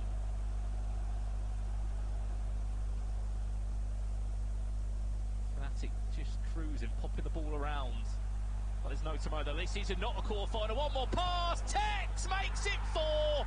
Fnatic put on one hell of a show and one hell of a performance. 4-0. See, it's not even a celebration from Tex. They sort of just telling Diogo, all right, it's not done yet. Let's keep it going. Let's keep prodding. Let's keep pushing. They want to make a statement here. They don't just want to win this game by a couple goals. They want to make sure that every other team left in this competition knows and realizes that they back themselves to win. They know that they can do it, and to beat 4 goals up against RB Leipzig. I know, as you said, we've seen it done before. We see a shot there. We have seen it done before, but right? As I said in the first leg, this just feels different with the way that Fnatic are playing. It's so disciplined, it's so structured, and I just don't see how and Anders come back. I'll be completely honest, I just don't see it. I have to keep giving you that. Yeah, the facts. I know. 8 goals is all they scored in the group stages. Completely different type of team these look like. Defensively, we knew they were sound, but offensively, there was question marks. Not anymore. Tex back cooking Jarzinho this time, back inside to Diogo. Yaya Toure, this is Tex. Still. This is what. There's one coming. There's one coming from him. That's exactly what I'm talking about, though. When he slows down and makes the defender make the decision. Are you going to anticipate him turning left or right? And then once you do, and you bite into that challenge, he just completely obliterates you and goes the other way. Tex again, Jarzinho this time. Both Umit and Anders just bearing down on the Brazilian to just try and stop him in his tracks. Diogo. It's great movement there from Tex as well. Just to offer the run as a supporting pass there with Jarzinho. Nice. Oh, Tex on a play. Diogo. Oh, no. The rest is history. Woo. 5. This is wow. This is top stuff. I'll be honest. This might be the best performance. For sure, it's the best 2v2 performance I've ever seen. I'll be honest, as in, this is ridiculous. The team with the lowest points to qualify for the knockout stages as well were Fnatic with 12. Forget that, rip up all the stats about group stages, they don't matter anymore. This is what matters, turning up in the knockout stages, not looking for 5, maybe looking for 6. Is Diogo going to get 6? Surely not. Oh, he could have put on a plate for his teammate. He could have. But wow, this is a demolition job. This is destruction here from Fnatic's Tex and Diogo. And as we said, it's just been one-way traffic. It's been outstanding, as I said. I just feel as if they've not put anything in terms of nothing. Tackles, passes, Ryan, everything has been perfect. Genuinely, it's been perfect. And as I said, you sort of could say there's a slight rivalry between Tex and Verge and Anders. There is, because again, people were sort of saying if Anders could compete that era when he was going 500 odd games unbeaten in FUT Champs, if he was able to compete, he would have won it all. But then Tex as somebody that has actually won it all, somebody that sort of, he might feel as if there's been an unfair comparison. And I know it's not 1v1, it's 2v2, but he would feel like he's doing it. Also, you know, it is worth saying, FUT Champs to FUT Champions Cups. You know, they're both incredible achievements. Yeah, you can't fantastic. Take away, but absolutely. You're right. There is that argument there, and there always probably has been. Yeah. Everyone wants the fame on them sometimes as well, and you saw the rise that both of these two did have across the last couple of years. There is more than just a win behind this, isn't there? Yeah, exactly. It's been dominant though. 5-0 going into the second half of the second leg. I think we'll see more goals. I think it's going to be a job where I think RB Leipzig will have to push bodies forward if they want to just sort of leave the game with any sort of, I don't know, you don't want to leave a game thinking what could have been, maybe if we had pushed forward, but even still, I just think 5 is too much. 5 is way too much. If you were telling me at the start of play today that we're going to see RB Leipzig not leave the tournament without scoring a single goal, I said you're lying. Yeah. 5-0. No second chances here, you lose, you're out, that's it. You can forget about the FIFA Club World Cup in terms of a short, quick ticket. You're going to have to go the long way. Here's R9. Maybe a cutback available for RB Leipzig.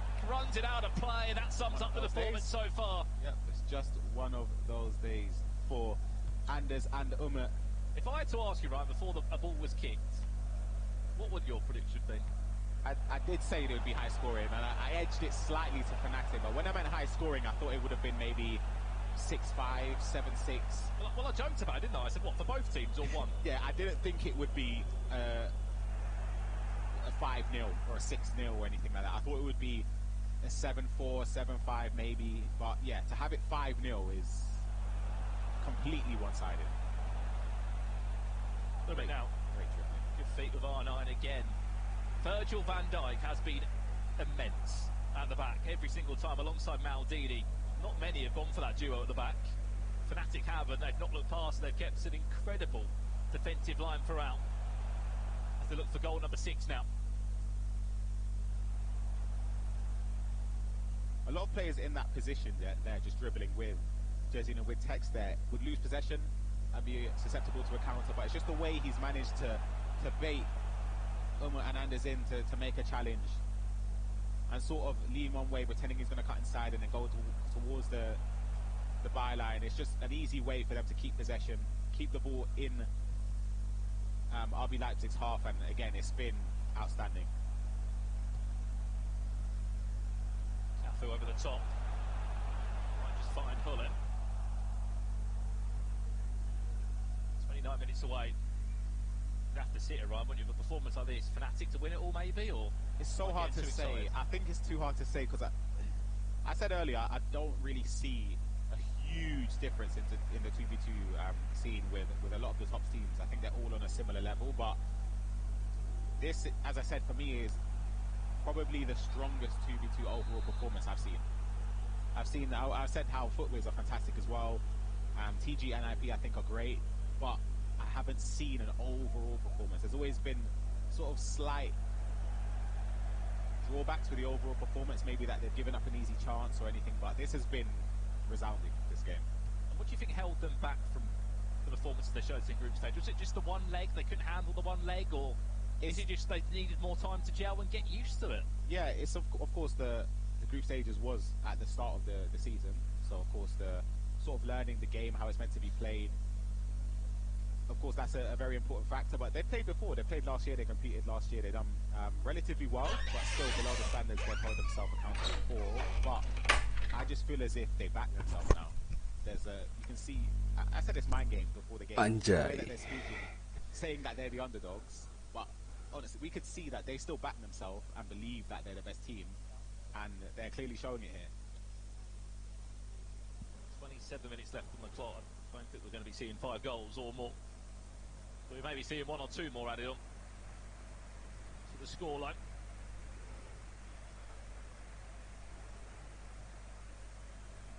When I saw this RB Leipzig team at the start of the tournament, when it was drawn, when it was created, I always thought it's great when it's going well.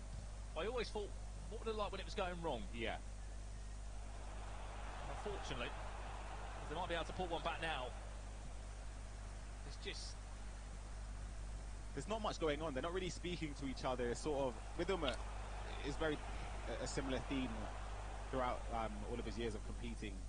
He doesn't really give off too emotion when he's playing. So even if he concedes a goal, you wouldn't see the frustration in his emotion. However, with Anders, he's very, very expressive with his emotions. And each goal they conceded or a chance to give away or an easy gift of possession to Fnatic, Red Bull pulang you can see that it was ini. deflating him more and more. Sumpah. Mbappe stopped in his tracks, Anders, that time. Fnatic look for goal number 6. Maybe they might just find it now. Tex back with R9. Tex times it green. Semi-finals in the books if it wasn't already done so. Tauntingnya. And a little celebration to add on. Wah. That's all we've been missing. Ini namanya pembandaian, anjir. That's where the celebration has come out. He felt as if he needed another one just to seal the deal. Maybe because he's been sort of laying it on a plate for Diogo to finish those chances. That was his one there to green and put it into the back of the net. 6-0. 6-0. Fnatic against RB Leipzig. To say again, 6. Oh my goodness. 6-0. You're not dreaming. Oh my lord. This is a quarter-final with $25,000 on the line. And they're not done yet. We want another one. God. Tex is having the time of his life.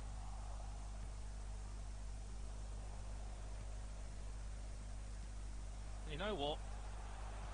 Let them enjoy it. Towards the back post, we want 7! Wah. All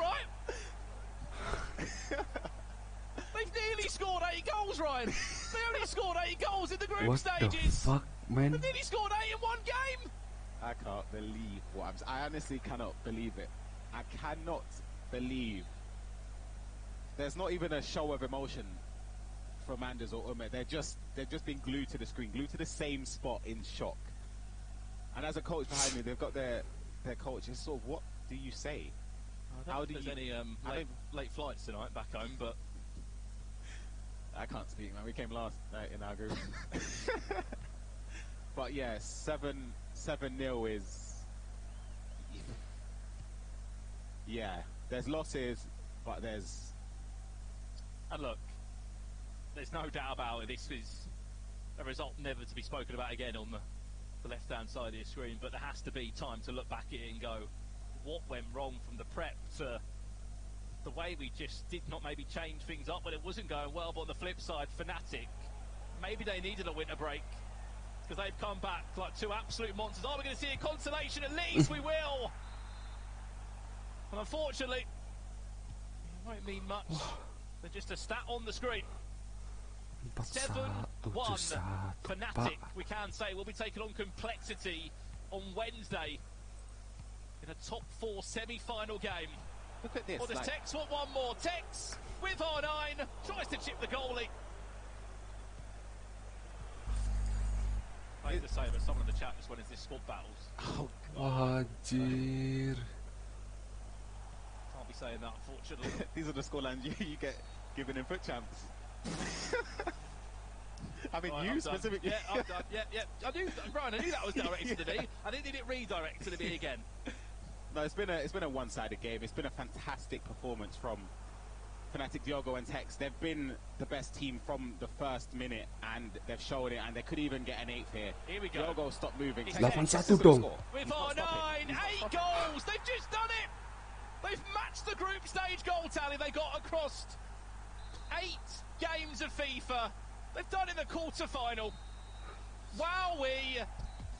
What a way to announce yourself back for 2023. Tex in Diogo, setting the mark, setting the pacemaker. I don't think anyone will be able to keep up with them if they go like that. That was incredible performance from the Fnatic boys. Of course, commiserations to Anders and Umar. They've done incredibly well to get to this stage. Unbeaten, but it wasn't meant to be. And yeah, it's tough to go out in a competition when you feel like it's just been a blowout result. It's really hard to see. How does that happen? How?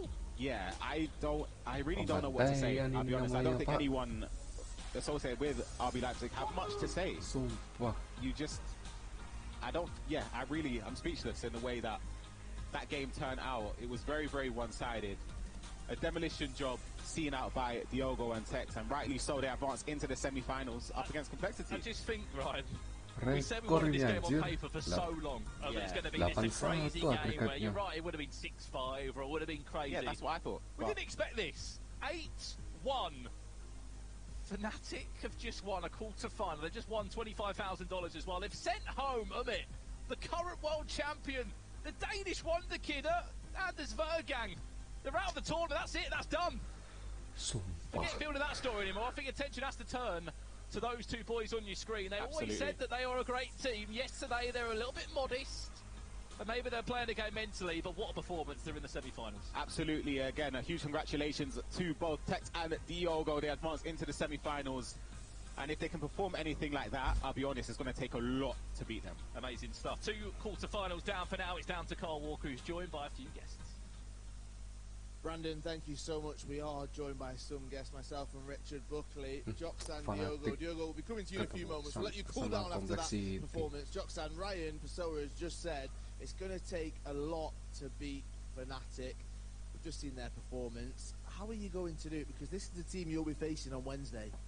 Yeah, honestly, they're a really good team. We saw in the last game they scored like 10 goals. They're a good team, but you know we're the world champions as well. So I mean, we can do it. You've just said you're the world champions, and we all know that, but also, Maxi and yourself, you've been talking about the disrespect that you get as a pairing, as a group, and as an organisation as well.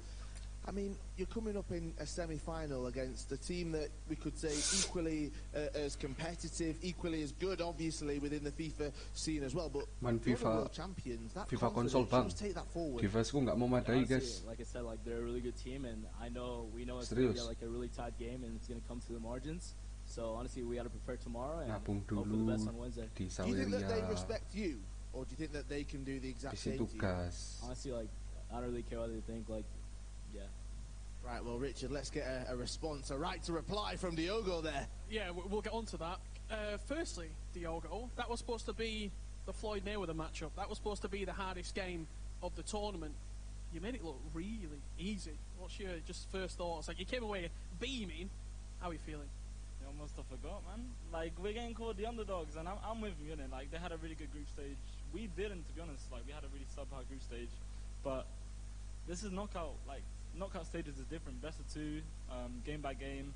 Honestly, Leipzig are like, I still think they are top two teams, but they are top two teams behind us, and today I think we showed that. You've obviously seen the performance. You know who you're going to face in the semi-final. What do you make to complexity? Mendes never forgets, man. Mendes never forgets. That's what I'll say. Honestly, no. We're gonna take this game with the same amount of like respect and preparation as we took this game, just because everyone expected Leipzig to be to beat us, and maybe now we're the favourites against complexity on paper. It doesn't mean that we're not gonna try as hard. And Mendes never forgets. Can we? Is there a little bit on that? Nanti kalau udah di rumah ya. Ini aku lagi di kos. Penalty kick. Can you go on that? Kuat, guys. Yeah, I'd show. Just know if we go to penalties, there will be every penalty down the middle. Every single penalty down the middle. Harus benar-benar kencang. Pakai wifi rumah sih biasanya. There you go. There we go. Let's fast forward to Wednesday. I cannot wait for this matchup. Complexity against Fnatic. It's going to be absolutely incredible. Congratulations to you both. As I said before, we're about to get in the middle of these two, Richard. Congratulations, you made it through to the semi-finals. Let's get your response and your thoughts. Rachel, Mike, wow, fighting talk on this side of the arena. I kind of lost for words over here. I mean, I kind of mentioned Sumpah, it. Rekor baru nih, guys. Sebelumnya itu di FIFA tahun kemarin itu mentok itu 61-63-an lah. Ini baru rekor baru ini. 8-1 anjir.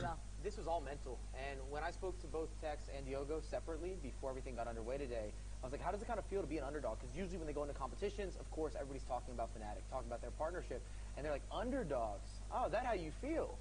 And then you heard it when we came on. They did that pre-match interview. Every one of them, they were handling it where they were saying underdog, underdog, underdog. I think they got in their head, and it showed. I mean, this was a dominant matchup. The most impressive 2v2 we've seen thus far. Well, they worked with that underdog performance title. They're not the underdogs. They weren't the underdogs, as they proved, but maybe they liked to use that to their advantage, Mike, and it worked for them. It shows some experience there, and you just saw goal on goal on goal, and they could have slowed up. They didn't have to continue. They could have showed a little bit of mercy, had more possession play, but they just kept adding goal on top of goal. And I was so impressed with a lot of their build-up play. They as you see Tex celebrating, he doesn't see him, he doesn't hear him. It's all mental again. Between the skills, between the reading of the game, a lot of the possession play is so impressive, especially against two players that are known to be able to press really well. You would have never noticed that press. And yes, there's a consolation goal here, but it didn't mean anything. And it does kind of send RB Leipzig back home, where they have to go back to the drawing board to a certain degree, because there was such a separation in this matchup against Fnatic in RB Leipzig. You know, we talk about mentally, though. You think that Leipzig lost it. You're talking about a current world champion losing it mentally. But it's different playing 2v2s. You have to be as a collaboration there. You go down a few goals, things aren't clicking. What are you going to shift? What are you going to change? And I really feel like if you watch that back, you can see the emotions on their faces. There's not a lot of communication. And I think that was a big difference for RB Leipzig, not being able to get mentally back in the game. They weren't able to bring it together as a group. I mean, in Tex, he added fuel to the fire, didn't he, with the celebration there? Do you think a little showmanship? It's part of it. It's part. They might feel a certain type of way. They might. So you see Tex bringing out a few celebrations here. To me, that looks like he doesn't see you. He doesn't hear you. They're in a different light, a different space. That's probably going to go out on social media quite a bit. I was going to say, they didn't see it then. They will do a little bit later on this evening when they actually have a time to think about what happened tonight. They don't make it through to the Final Four on Wednesday. Mike, you have a highlight as well for us in the analysis presented by PlayStation tournaments. Where is this coming from? Which leg? Well, we're going to go to the first leg, and I actually think it's a big moment here, and the goal might not be as impressive in the first watch, but we talk about mentality, and this just shows you you're mentally in a different place. You're going to see goalkeeper movement gone wrong. As you see the close-up here, you've got R9. The goalkeeper's going to slightly be moved manually to try to cut off an angle of a pass, and he notices that. Tex and Diogo has this collab. They hit it on the near post. He kind of fumbles it into the back of the net, but at the end of the day, it's again showing that I'm seeing the game quicker than you. I'm in your head. I'm reading everything that's happening, and it added a little more of that extra insult going into that second leg. It really sets the tone, sets the tempo. They didn't have to chase a game, and because their possession play and defending was so special in this matchup, they never felt the pressure from RB Leipzig. They were seeing the game, and they obviously are seeing Leipzig. They now have to go and see complexity before Wednesday, because that's another matchup entirely there. Well, guys, we've seen two teams go through to Wednesday. We've still got 4 to see in action tonight. There we have it. Complexity Gaming. They'll now face Fnatic in semi-final number 1. Next up, though, we have Atleti Riders up against Team Footwiz, who, rich as ever, the resurgent team, but they are the club world champions, of course. The Riders, they're the ones that I guess everyone will be worried about in this side of the draw. They're up against those two, Ethan and Nixneb. That's coming your way next.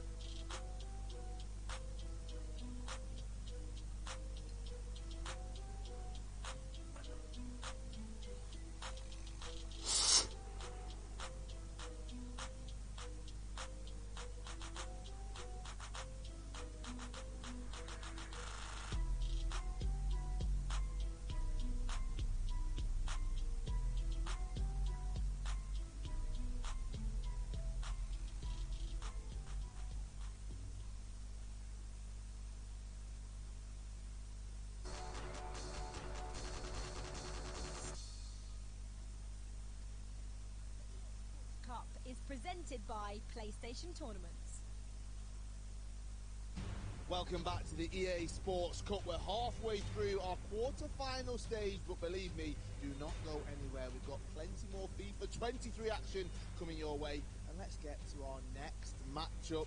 And what a matchup it will be. This next team gave us one of the most exciting games in the group stages. They'll be full of confidence coming into this one. The runners-up of Group B is Team Footwiz.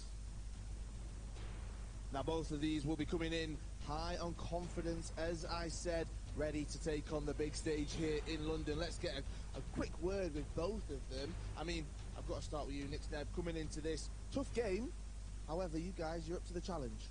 Yeah, tough game indeed. Obviously, Club World Cup champions. We know we take that in mind, but we played well in the groups, and I think there's a lot of improvement to be made, so hopefully we can show it today. And Ethan, very quickly, pressure on yourself considering the achievements you've had recently?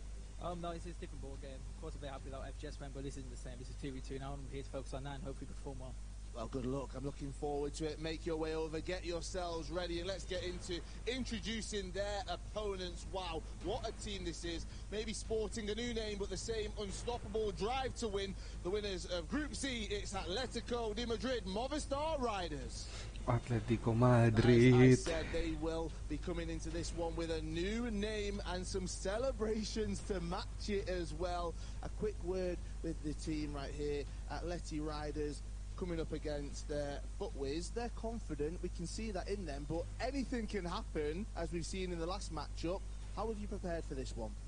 Yeah, we've prepared from a long way. We know Footwiz is playing a really good FIFA. We know that everything can happen, so we prepared the best way to go to the game and get the win. Right, well, I'll let you get off and get yourselves ready. As I said, the timer now has started. The FIFA 23 action is on its way. Our third quarter-final, finding out who's making their way to the semi-finals on Wednesday. Let's get to it. Thank you so much, Kyle. I'm joined by Ryan. I'm up top. Yep. I'm not trying to pat myself on the back, but every time I've come up here, it's always a classic game. Give us a little bit of the overview with these two teams facing off, because we have very different gameplay styles. Yep, absolutely. We saw with Footwiz in the group stage, they like to score a lot of goals. They, of course, were probably involved in the most entertaining game we've seen, where they were 4 goals up and gave it away. Riders, of course, topping the group, the same group as Fnatic, who we just seen demolish RB Leipzig. So you can see how incredible they are, but again, anything can happen. And they're the current reigning champions. Yes, exactly, and with that being said, we should take a look at what they've accomplished as a team. We've seen Andoni and we've seen Tuga in action time and time again. Yep.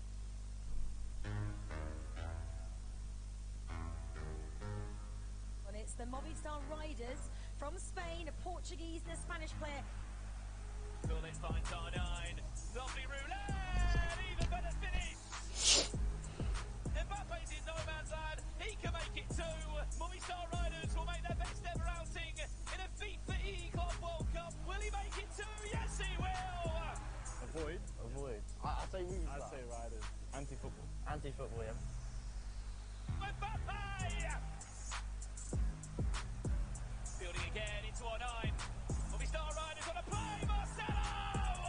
It can be boring, but we are the best, so come and get us. I don't even think they're boring like that at all. I don't think that's fair. I don't like that statement. All these guys do is win. They're the most organized team. It's got to be said. They are. I agree. I actually think they are the most organized team. Not just in 2s, in 1v1s as well. Tuga and Andoni are fantastic players. They've been so consistent over the years, reaching multiple World Cup finals. So, again, they're a force to be reckoned with. And we see that. They're reigning 2v2 champions. So, yeah. Yeah, I'm just thinking, we've seen what they have to offer. I know Footwiz is going to score goals. They're going to go forward. They're very offensive. And let's take a little look at how they got here, why we're building up Footwiz the way that we are.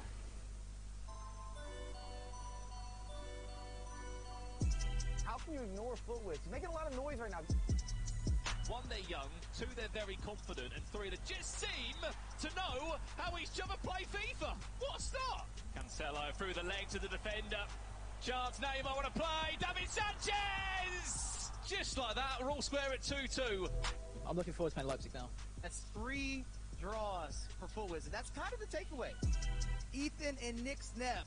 You see the new Footwiz kits? Corner kick, expect this to go direct. Puts it in, Rude, hold it back, post, green, time, finish. I talked to them before the day. They were saying that they feel good with the corners. You see it on display, 2 for 2, 2-0. Cruyff, love it. Is it there? Hey, yo! That is something spectacular. Yeah, it's almost like a relief, because I've always found us to be one of the better 2v2 players. Back in January, we'll take on Riders in the quarter-final. How are you feeling about that one? Yeah, they're very good 2v2, and they've shown that, so yeah, it'll be a good game.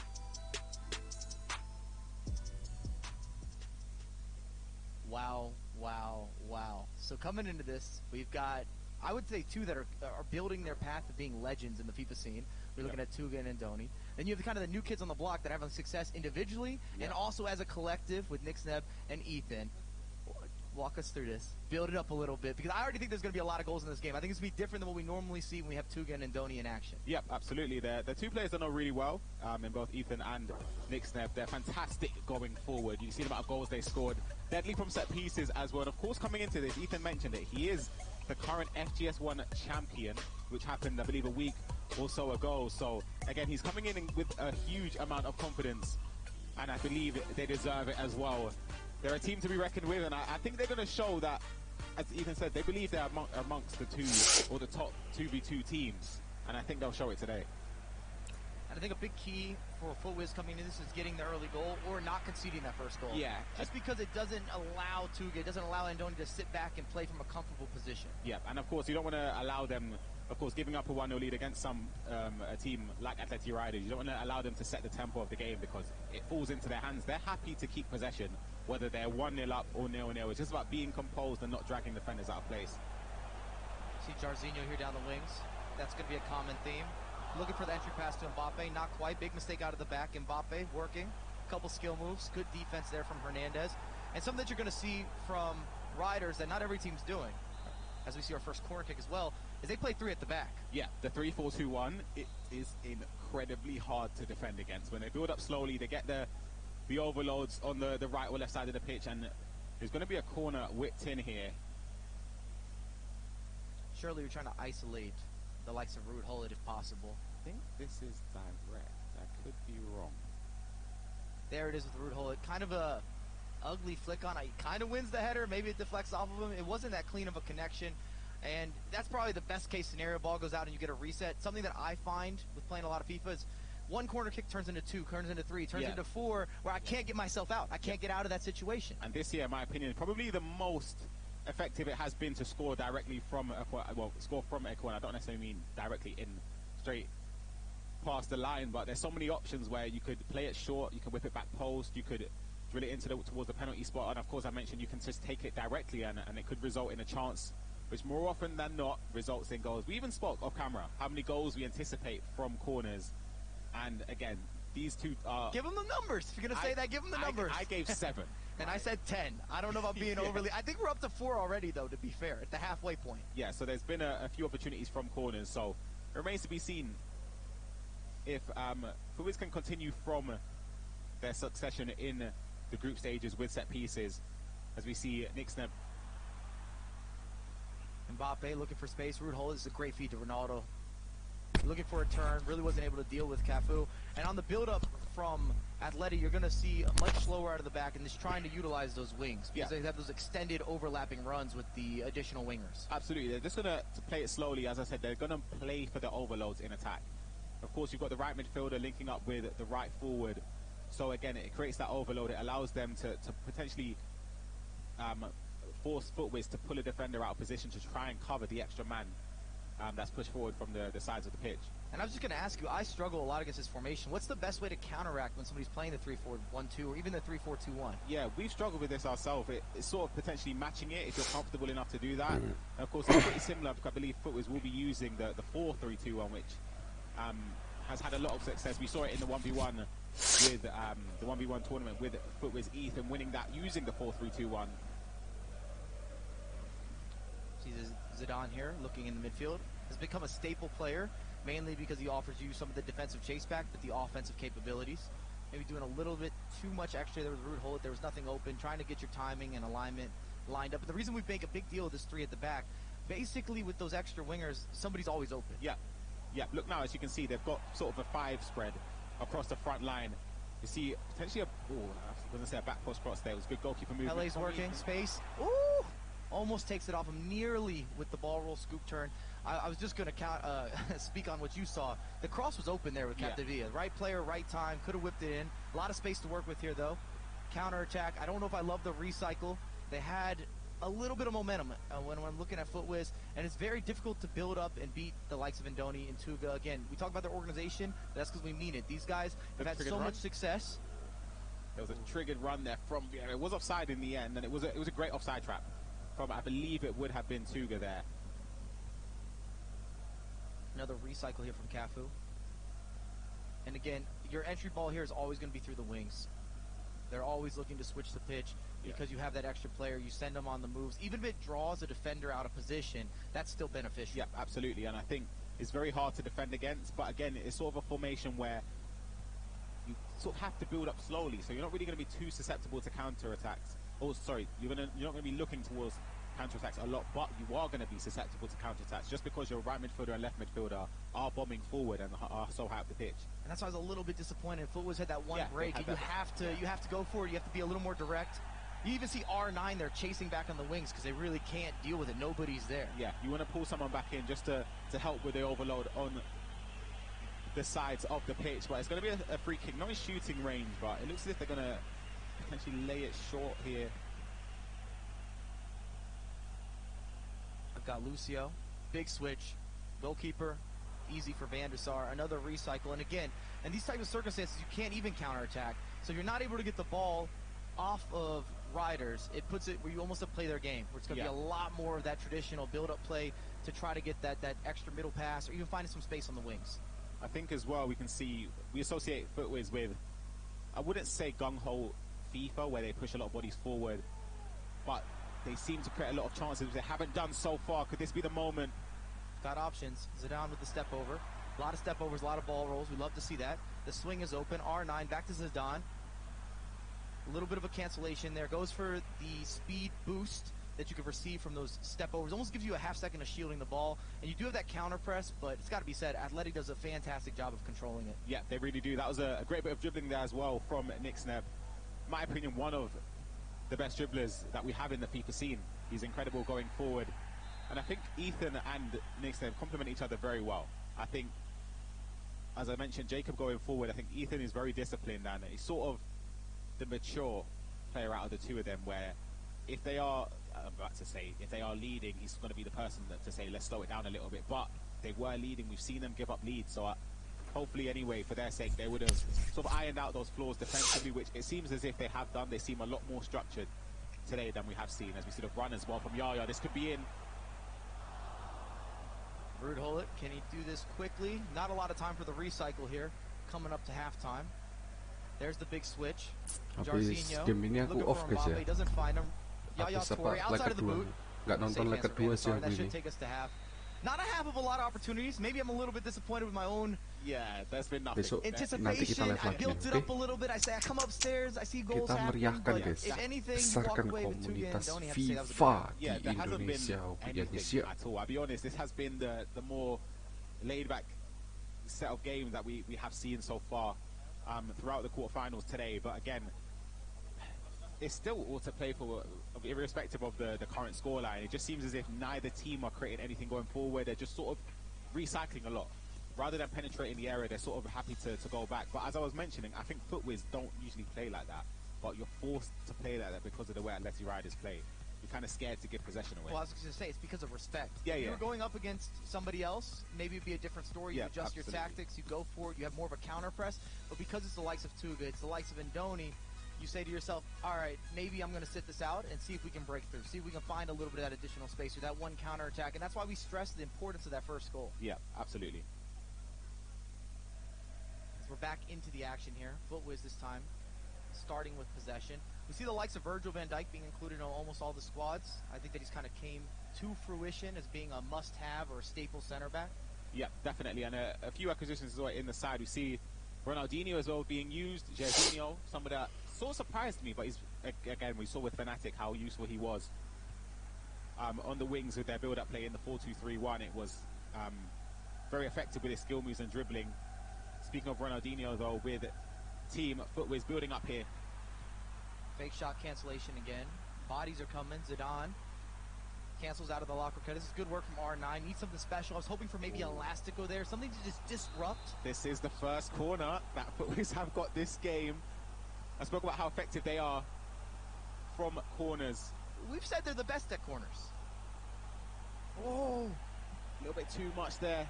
And it reminds me, I'm still having nightmares for Guild when they were going up against Nicholas and company. I remember that game. And it was goal on goal on goal when it came to some of those corner kicks.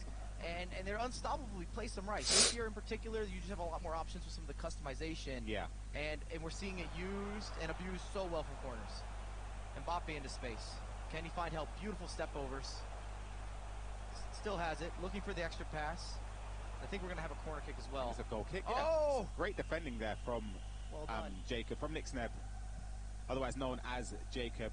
Just sort of jockeying backwards, not diving into a challenge to potentially give away a penalty or force your hand and basically make the decision for the attacker. He just waited, bided his time, and done enough there to see the ball out. And I don't know about you, but the FIFA fan in me just wants to see Footwiz kind of go for it. I don't know if it's in their best interest. I'm not the coach, but I'd love to watch it. Giving away possession there, though, as well. Rude Hullet looking for options. They've got space to work with. Got to be careful with Mbappe. Jarzinho attacking that space. Going to be another recycle. And this is just right up the alley of Tuga and Indoni 101. And you're going to see Indoni often be more of the creator in terms of some of those key areas with some of the skills. But as an organized duo, as you actually see a little bit of a rare mistake here, but I think Footwiz has to go quicker. Every time they have these slow build-up plays, I don't think it plays to their strengths. They're very good with some of the free flow. They're very fluid. You see Dino there linking into space. And a big reason that I feel that Ronaldinho's become another staple in teams is because of his body type, his movement, his animations. Yeah. If you remember when he was a cover star, he had all that motion capture goodness, and he just does things different. Absolutely. The animations, of course, are a key factor in the selection, of course. Not to mention he does have the pace, the shooting, the dribbling, the 5-star skills. He's sort of a perfect winger on this game. And when you're able to choose any player. Oh, looking for outside of the box. I wish they would have had another maybe pass there. Jarzinho to Ruud Gullit.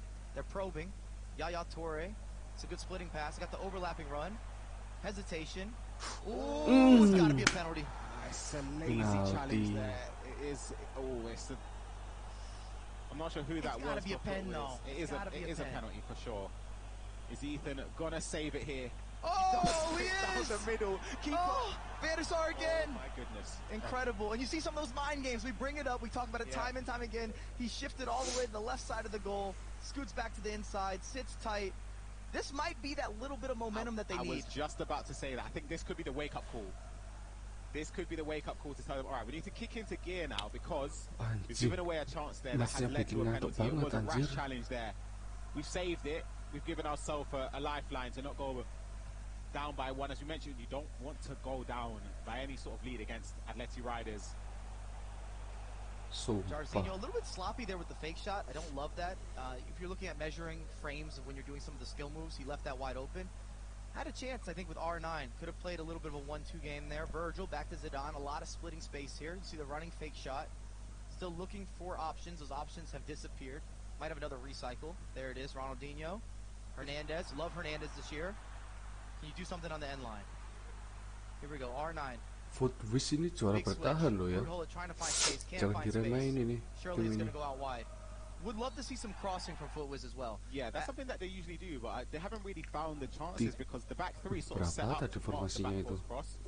It's very hard to break down the 3-4-2-1. You can see the way they're defending. Every person, they're dragging the strikers back, or the one striker back, to help defend, and there's no gaps at all.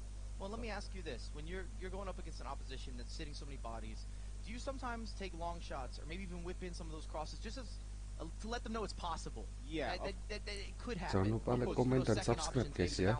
Yeah, you kind of have to look for the opportunity to take it when it comes, whether that's a long shot. We've seen Ethan score long shots in the previous weeks in the group stages where if you green time it, whether it's a Trivela or a finesse shot or a shot across goal, you of course give yourself a higher likelihood to find the back of the net. But with the way it's been set up, I don't think there's been too many angles in this game where it's been an opportunity for them to take. I think Atleti Riders have set up really well.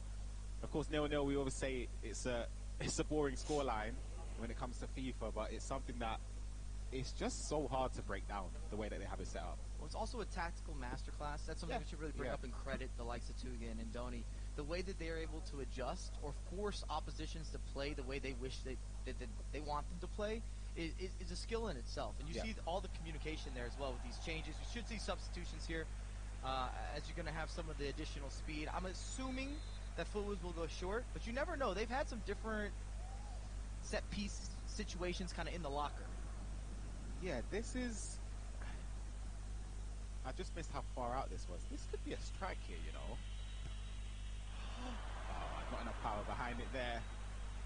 I was going to say, the way it lined up and the angle for the outside of the shot, we've seen them with free kicks this year again, and something that has changed from previous years is the setup from free kicks as well as corners, and it's something that when the opportunity arises, sumpah ini yang nonton banyak, kita nonton yang nonton di atas 50 lah, kita nonton sampai habis ini matchnya. I always wonder if there's maybe a little bit of a game of trying to guess if the goalkeeper's going to move as well. Yeah. Because we saw that happen in the previous matchup. It obviously went for Fnatic with Tex and Diogo, but some of that is slightly a guess. Of course. Yaya, Ruud Gullit, good step from the reverse Yaya, and this is where I'm saying they got to go. The bodies just aren't moving for them. Yeah, it's going to be another slow build-up. I was going to say, of course, we criticized them for not going for it, but there wasn't really many runs. Maybe they didn't trigger a lot of runs here. So Alphonso Davies. Here we go. A lot of space to work with. Maybe a little bit ambitious there to try to break through the midfield with the step over. We'll call this a veteran foul on a reset. The fact that they pulled the free kick as well just shows they know that it's 86 minutes or 85 minutes in almost. They're just going to play for last attack. I'll be honest. They're happy to do that. And of course, you don't blame them, but it's very hard to... This is what I'm saying, right? When you play against possession teams or possession players, you sort of build up in your head that if you give away possession and you concede, it's going to be even harder to get back into it. But just one lapse of concentration to go 1-0 down, and you are chasing the game for the remainder. So it's very hard to I guess, prepare yourself mentally for these type of games. But they would have had a long time to do so. They would have known their opponent for a few weeks now, so they would know that who they're coming up against. There's plenty of footage out there for both these teams. Space was opening up. We do have a corner kick here in the 90th minute. I feel that we can all relate to this, perhaps, in Foot Champs. Surely they're not taking it with Ruud Gullit. You're going to see that change. You want to have him in the box, giving you a chance to challenge for something. So you're looking at Ruud Gullit as a potential target. You got Virgil van Dijk in there, of course, as well. Their first attempt was almost a knockdown at the near post. Yeah, it looks as if this is going to be something different. Maybe it's just behind the penalty spot, I think he's looking towards. And the keeper potentially could have caught it, but does enough to get it out there. There's still time, though, for Riders to push forward. We've got a minute left of added time in the first leg. Oh, didn't even get another opportunity. They didn't get the chance. Probably not the best end of best end to the game, but Mike, 0-0. It was passive. It was passive, Ryan. We gotta say. You spoke up about coming in. I jinxed us. I'm sorry. You jinxed it heavily because we've got a snooze fest right now. I'll be honest. There's not much going at all. But again, you have to stay disciplined. You have to keep focused. Keep focused for Team Footwiz to make sure they don't give up too many mistakes. The only glaring chance was, of course, that penalty that was missed, or was saved, I should say. That's really it. That's been the moment of the match. Yep. Other than that, it was so much in the midfield. And then it was a matter of who was going to go for it. We didn't see, like I said, those counter presses that I was hoping for, or some of the double teams and so forth and so on. But the players are going to reset. We're going to take a quick break. We'll be back with the second leg where we have to have a decider. There has to be a winner. So, yeah, we look forward to the second leg.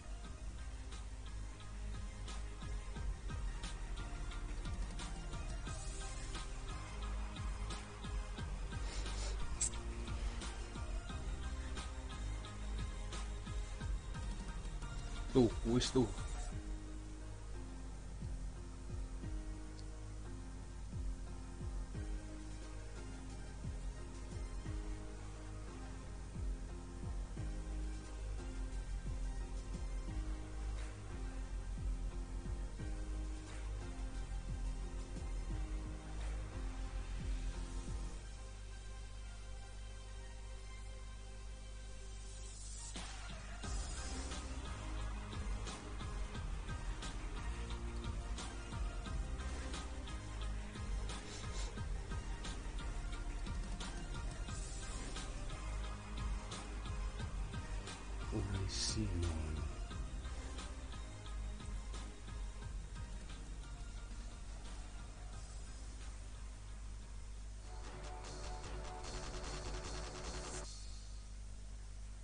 We're back in action. We've got the second leg. Before we get into that, if you missed the first leg, we've got some highlights. Yep. I'm not going to front. There weren't that many opportunities. Okay, well, let's walk you through what happened, how it happened, when it happened. You say highlights. I'll be honest. I'm trying to maybe a switch of play might be featured in here, but this was a great challenge there from Ethan with the pre-anticipated challenge with Van Dijk. The cross whipped in, and we've seen this is part of the highlight right here. It was a good idea. It was a good idea. The cross, Jairzinho build-up play from Atleti Riders. This was a shot at the end of the first half to Trivela that didn't lead to the goal, but this was the moment, the penalty there. It was a lazy challenge from Team Footwiz, but it was a fantastic read and a great save there down the middle of the goal. Do you go down the middle for penalties? I don't know. I never do. I like to pick a corner. Yeah. Don't give out your tactics right now. Yeah, if anybody should get a shout out, it's Van der Sar. Yeah, he's making stops. He's getting out there for the crosses. He blocks the penalty kick, and he skips back up off his line. Nobody protected him. Yeah, he done enough. He covered like 12 yards. Yeah. Let's just hope, though, that the highlights package features some goals, which it has to. It has to in the second leg. So, yeah, there's been genuinely, other than the scoreline, obviously, nothing to separate them. But who would you say this favors? I don't really know. I don't think... I really have no idea. I don't like sitting on a fence. I would have said a fast-paced game that was open, had the free flow fluidity, would be beneficial for Footwiz. A slower game, typically, because we've seen time and time again, when we're looking at Athletic Riders, these guys grind out results. Yeah. I think they're the best 2v2 duo, and with Tug in particular, maybe the best 1v1 player, period, at grinding out results. You may maybe a case or an argument for Nicholas in there as well. Yeah. But they win so many games that seem like 50-50s, but they're not. 100%, I agree. Space to work with in an early pass. Big opportunity missed there just from kickoff. You finally got the ball into that dangerous area. We talk about it all the time, but if you can get kind of on the edge in between the semicircle and the edge of the box, that's a great place to attack, yeah. whether it's body feints, step overs, scoop turns, ball rolls, fake shots, something. That was sort of the footways that we've seen throughout the competition so far. Attacking quickly, playing quick passes.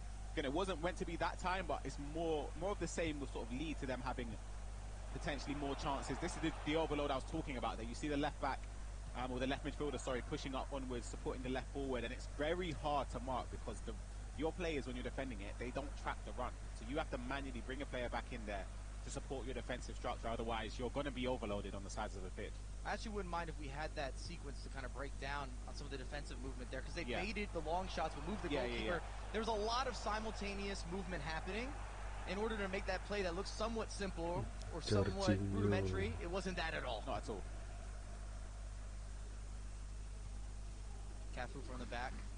Big Virgil. Again, you're going to see Atleti riders take their time as much as possible, and then again, the key is going to be these overlapping wingers or wing backs or outside midfielders, however you want to categorize these types of players in their role on the pitch. They kind of do all of the above.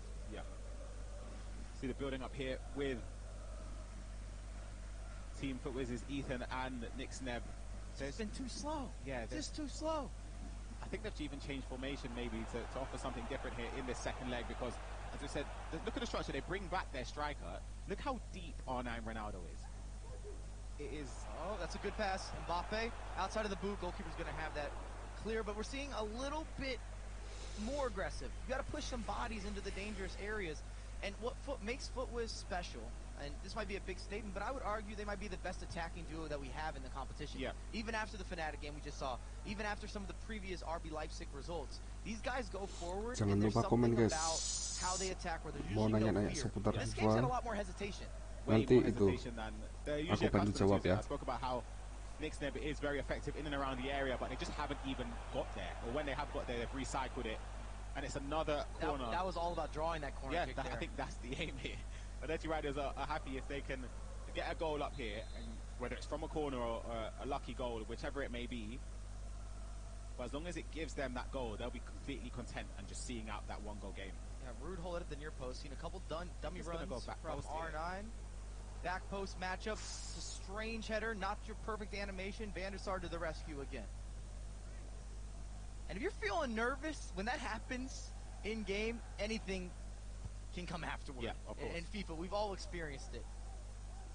Dino again with the outlet. See right here, I don't like that recycle. You had bodies to go forward with, and this is not what we've seen from them in terms of being a little more aggressive, a little more decisive with that attack.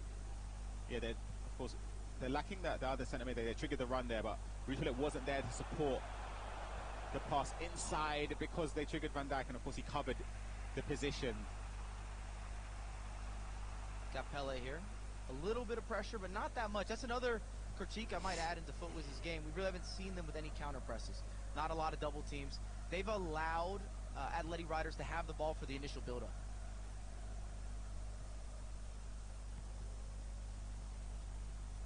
There we go, Capdevila. They've triggered the run here.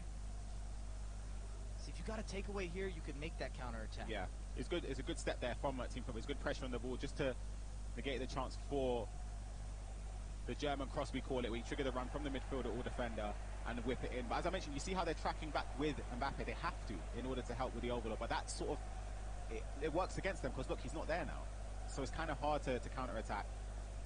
Oh, breaks through. R9 being R9. What you gonna do with it for the finish? Oh. Goalkeeper is moved backwards actually, so he doesn't really scoot to the left, doesn't scoot to the right. I think if it's a green time finish, it might challenge him. You might be able to beat him up top, but otherwise, the goalkeeper's in the right place at the right time. Yeah, it's a chance. Of course, we saw a goal in very similarly in the Fnatic RB Leipzig game. I think it was a goal to make it 3-0 for Fnatic, where it was a shot in at the near post from a similar angle. Keeper pushed it into the goal, but it just wasn't meant to be that time. The goalkeeper move was a little bit different in that game, though. They were scooting him over. This was bringing him back. Big opportunity from Footwiz. They finally got a breakthrough. A little bit of good fortune there, but once R9 gets through, a lot of time to work with. Maybe too much time. These are the chances now they have to push forward. All right. We've seen a missed tackle there. Rare mistake. I don't love bringing that back. You got to go forward while you have bodies. Here we go with Ronaldinho. A little bit of a fake shot. Attacking the end lines is great work. There we go. This is next extra step. pass. There's the goal. What I'm talking wow. about. That is exactly what I'm talking about. Fantastic dribbling there in the area. And it's an easy finish. Phenomenal timing. Yeah. You see what Ronaldinho brings to the table again with those animations. We saw the body feint. We saw the fake shot. We had that extra step, a little bit of a hesitation. And then finally the ball roll with the layoff. You can't miss from there. Yeah, those are the situations where we're speaking of when you drive into the box, you force your opponent to make a decision. Is he going to step off? Is he going to jump in for the tackle? They've done a bit of both there, and neither of it worked. It was a fantastic bit of dribbling there, and the easy pass for the easy finish. A lot of space for Jarzinho. He's going for the outside of the boot. I think it was going to be a cross, actually. They had Pele kind of trailing in. Again, we've seen them aim for R9 and Ruud hold it almost as dummy runs in some of these examples, where you aim for the back post, then for Virgil van Dijk.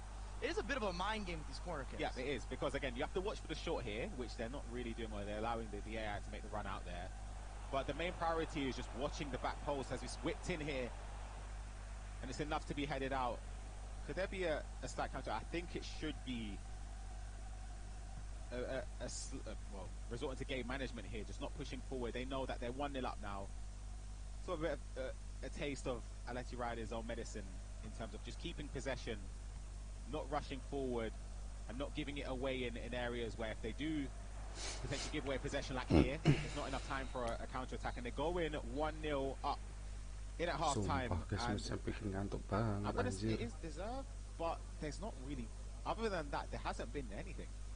Well, I was going to say they made the one mistake. We saw a big mistake, but I heard downstairs that I think Kyle might be down with Footwiz Dan. Maybe we'll get some insider track of what the halftime report's looking like. I am indeed, Mike. Thank you. Yes, Footwiz Dan looking on as his team score. I was preparing my question thinking, what am I going to speak to you about? And then Footwiz score. Huge 45 minutes to come. It was great timing. I mean, obviously we knew the first game was going to be very cagey. Riders are a great team defensively. They set up really well at the back. So it's a great time to get the goal. Now we just got to keep them out for 45 minutes and hope the boys can do the business. On a scale of 1 to 10, how nervous are you? Because it's great being inside there. You know, you've got your coach in there, you've got the players, but you're on the outside and you're the one that has to watch and doesn't really have a say at this point. I don't think it's too bad at all. You know, the boys are in really good form, carrying a lot of momentum into this. So I back them to get the job done, and Damon's been brilliant with them. Yes, indeed. Right, let's see what happens. Big 45 minutes to go for both teams. Mike, back to you. And this is going to be a completely different 45 because we haven't seen any of the Tuga and Doni press. And again, this might be long thought. It might be in the past, but we have seen Footwiz struggle to close out games. Of course, yeah. It's very easy to mention that. Of course, you've got a lot of Footwiz down there, giving his credit to his players. I'm not trying to be a negative Nancy.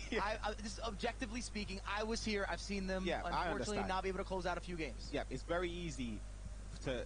It's hard, though, with FIFA because they've had situations where they have. But again, the moments that they gave it away have been headlining moments where the 4-0 one is sort of unforgivable. But again, you're in a position now where just die the clock down against Atleti Riders because they're going to have to go forward and it's sort of out of their comfort zone in essence. They're always used to taking the lead. I'll tell you right now, this is not going to end 1-0. I'd be shocked if it ends 1-0. There's going to be more goals on display.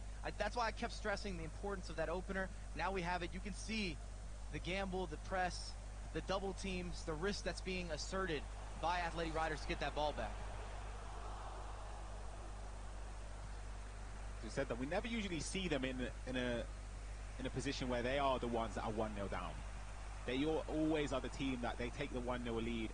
They're happy to see it out. They force the opponents to pull defenders out, to go a constant press, so there's more gaps to capitalize on. But now they're in the position where they're 1-0 down. Great play here. Great defending as well from Ethan and Nixon. It's been fantastic defensively. And again, great bit of defending there from Atleti Riders as well.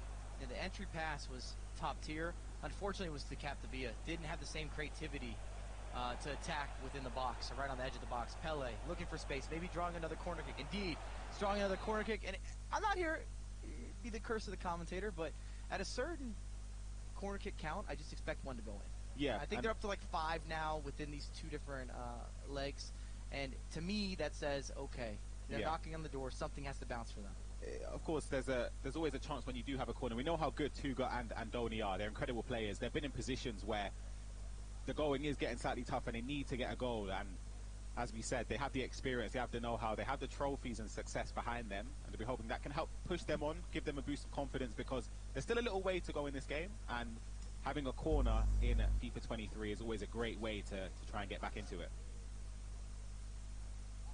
Yeah, you see a lot of conversation between both teams here, and it's going to be a matter of what the last 15, 20 minutes are going to look like, because at some point, once you turn on that press, the entire game, it does not matter what you've done previously, it shifts completely. Yeah, absolutely. From the rhythm, the atmosphere, the pressure, players are on you instantaneously. Yeah, it's going to be a difficult one because, of course, having a coach behind you, you need to sort of pick the right moments to give feedback. But this is the corner here from Andoni and Tuga. Can they get the goal back in this game? It's more of the same. Working Ruud Hullet at the front post. Oh, it's a great header. Fantastic save from Van der Sar. We've seen a number of those as well. And it's got to be said, this Ruud Hullet procedure is really to pull players out of position. He's been used more as a dummy. Yeah. They've been either looking to go short or that back post to Virgil. There's Virgil again. I don't know how this has stayed out of it. This is what I'm talking about. You can't get out of it. You can't get away from the corners. We genuinely spoke about this, but can Tuga and Andoni for Atleti Riders capitalize on multiple corners in a row now? This will be number 3 in a quick succession. They need to make them count here. You can feel the tension in the room. Ooh, I think Davies with the delivery almost goes direct, but again, 4th corner consecutively. Corner number 4. How many in a row can we get here before one finds the back of the net? They've already had 2 great saves from Van der Sar. It's a great corner, and it's a great goal. That's a huge goal for Riders. Atleti Riders, Tuga and Andoni. We said how many more corners could there be before it hit the back of the net? It was coming. I didn't mean it, Ryan, but curse of the commentator is right again. You're going to have that instant pause. We're going to have more changes, more shifts, maybe some early substitutions going into the 60th minute. But the opportunities, it almost looked as if Tuga and Andoni had figured out the corner kick procedure. To be fair, that's probably their 4th or 5th attempt. Yeah. They started putting them on frame. They just tried different options, of course, for Ethan and Nixon. They had to sort of just think about which option is going to happen. It's very harsh, though. Corners, that's why I say corners are so harsh this year, because you could defend it perfectly fine and still concede. And I just feel like it favors the attack. It's very difficult to concede, but again, you have to take those chances as they come. And it's 1-1. 1 goal apiece for both Team Footwiz and Atleti Riders. We've still, around half an hour left to play, plus potentially added time or extra time. Now, all of those tactical variations that you would have changed in-game, completely out the window. But let me ask you something. What happens here? You're playing in this matchup, Ryan. You're Team Footwiz, or you're Atleti Riders. What are you doing? Are you going for it? Are you sitting back? Because if you look at Tuga and Andoni, they're very precise. Nanti kita live lagi. And something we've said the whole time through is that Footwiz really hasn't looked like Footwiz. Yeah, they haven't played their scintillating attacking football today, but again, I think they would have had a game plan set out there to sort of negate the chances that Atleti Riders could create from sitting on the overload. fence so well right now. But I feel as if they've sort of had a game plan where they don't want to give up an easy chance and end up going 1 or 2-0 down to Atleti Riders, because once you do that, it's sort of mission impossible to come back into it. And they've seen here, they've scored a goal to take the lead, a great goal, and ended up conceding from a corner. So again, it's something that, maybe that's something that they've worked on with Denman. And when you're looking at Athletic Riders, they don't look to speed up their attack. It would only be on the defensive end. Even if they're chasing a game, they're really not trying to go forward that much quicker. A lot of space to work with here. Can they find help? Might be looking to draw another corner kick. Good penetrating pass. And Mbappe with the step overs brings it back. Big tackle. Needed to have that tackle. And you see a little more of that counter press as well with Athletic Riders. Maybe the irony here is I think they look a little more aggressive than Footwiz with how they're pushing the game and pushing the tempo. The shark smells blood. But for which team? This is it. This is the moments now. The last 20 minutes of the game. Can Team Footwiz push forward after conceding? Good entry pass. Needs options. It's going to be another recycle. Again with Ruud Hullet. Hernandez. Might have had a chance at a cross there. Working the end lines. Another recycle. Yaya. It's a little bit forced. I would have rather seen them attack that end line because they already scored the goal, but maybe even drawing a corner kick. Yeah, it looks as if it was very difficult though, because of, as I said, they've got a lot of bodies back there defending. With the way that the 3-4-2-1 is set up defensively and offensively, it's such a hard formation to play against, especially when you attack slow against it, or well, if they attack slower with it as well, it's very, very hard to play against. And again, Atleti Riders have mastered it. Davies with options. He's wiggling, he's working. I think we're going to see another recycle. It's pretty decent defending there. Rudholit, probing. Great entry pass. Pele. Great challenge. Slight hesitation. Yeah, I thought he was going to look towards the step over downwards there to get the speed boost and go for a shot at goal we've seen, which is a common theme in FIFA 23. But it was a great challenge there from Team FUTWIZ. Ooh, that almost could have been a mistake there. You've seen that offside trap as well. Again, Atleti Riders, they're a little more risk taken on some of the defensive end than they've been playing. Opens up his body, needed to be time green, overpowered it. Maybe a little bit surprised there. They finally opened up that space. Yeah. R9 can score from there. The thing is, those moments we've rarely seen in those games. That was probably one of the more open chances in terms of like player personnel, the way it was set up for Atleti Riders. There's a lot more space than we've seen throughout these two legs. But final 10 minutes to go. Are there going to be any changes from either side here to try and maybe push and prod for the winning goal? And we should reiterate, if this ends a draw, it continues. We've got extra time. We've got penalty kicks. We have to have a winner today. This is an elimination matchup. Yeah, there has to be a winner. For which side will it fall on? Again, I don't really know who's more favored, but I just think it's been a completely even game. If you're in the chat right now, you should let us know. Fire off. Yeah, who do you think's winning this? I'm going to ask you, who do you think's winning this? The way this game's gone, you know, I'm not here to knock FUTWIZ in any way, shape, or form. But I've been around for way too many of these Andoni and Tuga late game masterclass, control the players, draw that penalty kick, make a big defensive stop, whip in a back post cross, even penalty kicks. The confidence that they have within that sort of alignment, I think they're squeezed this out. Yeah. How, I don't know. Put me on the spot. I'm good with it. I'm going opposite. I'm going to say FUTWIZ. I'm going to root for the FUTWIZ boys to get a winner, or potentially not even a winner. Potentially it could go into extra time or penalties. Oh, a lot of space there. Mbappe needed a skill, maybe a step through, even a ball roll, something to work with. We are seeing FUTWIZ a little more aggressive here, but again, the way this formation works, as you were saying, the late releases, you always have options, you always have space. Big switch. There's that space again. That was rushed. That's the first time. That's the first time across the two legs I felt as if they've rushed an offensive pass. And I think that was another opportunity there. Maybe they could have kept possession, but again, you don't really want to give up a... Those were nerves. Yeah, surely those were nerves. They should not have sent that deep with the goalkeeper. They had enough time to pick out somebody. Time, I think, to pick out a pass there. Now we're going to see Atleti Riders build up for the last attack. Something that's very common with their game. They're not afraid to keep possession, whether it's from the 80th minute or the 85th, for that last attack, because again, mentioned it in the first leg, you want to try and keep possession, because even if you lose it, there's not enough time for your opponent to come back into it. But this is it, Mike. Can there be a chance here to find a winner? Davies and Kunku, they take it off in Kunku. That's a big mistake. A lot of space here. Extra pass made. It's a huge challenge there from Van Dijk, and I think that's the right moment there to just press circle and get it out of there. And that is it, 1-1. Yeah. There's been nothing. I genuinely it's completely different than our previous leg, which I will say was one-sided. I like a little competitive spirit. I can feel the sweat here. I can feel the drama, the tension in the room. It's really quiet in this room. I don't think they have a microphone back there, but the only talking that's happening, the only back and forth is between the players and their coaches.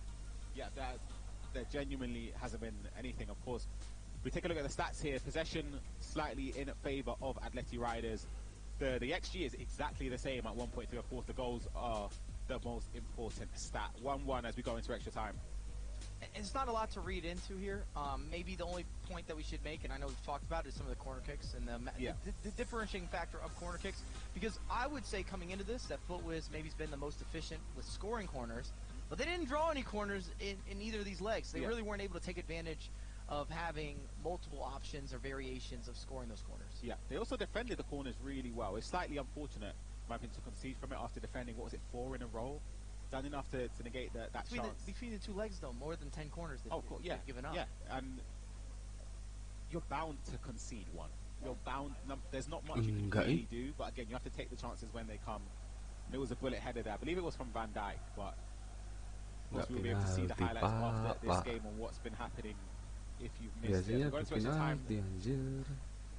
I don't think any team should change anything. I have a feeling Davies is going to make a difference here in this extra time period. He's been a new iteration as well at the competitive scene. Have you been using him yourself? I haven't actually used him myself, but I know Nick Snip is a huge fan of him. Usually he operates in centre. This is the first corner. They heard us talking about it. I said Davies whips in the cross. Here's the corner kick. It's been drawn. And now it's a matter of that game of cat and mouse. You've got R9 going short. Ruud Gullit, big target man.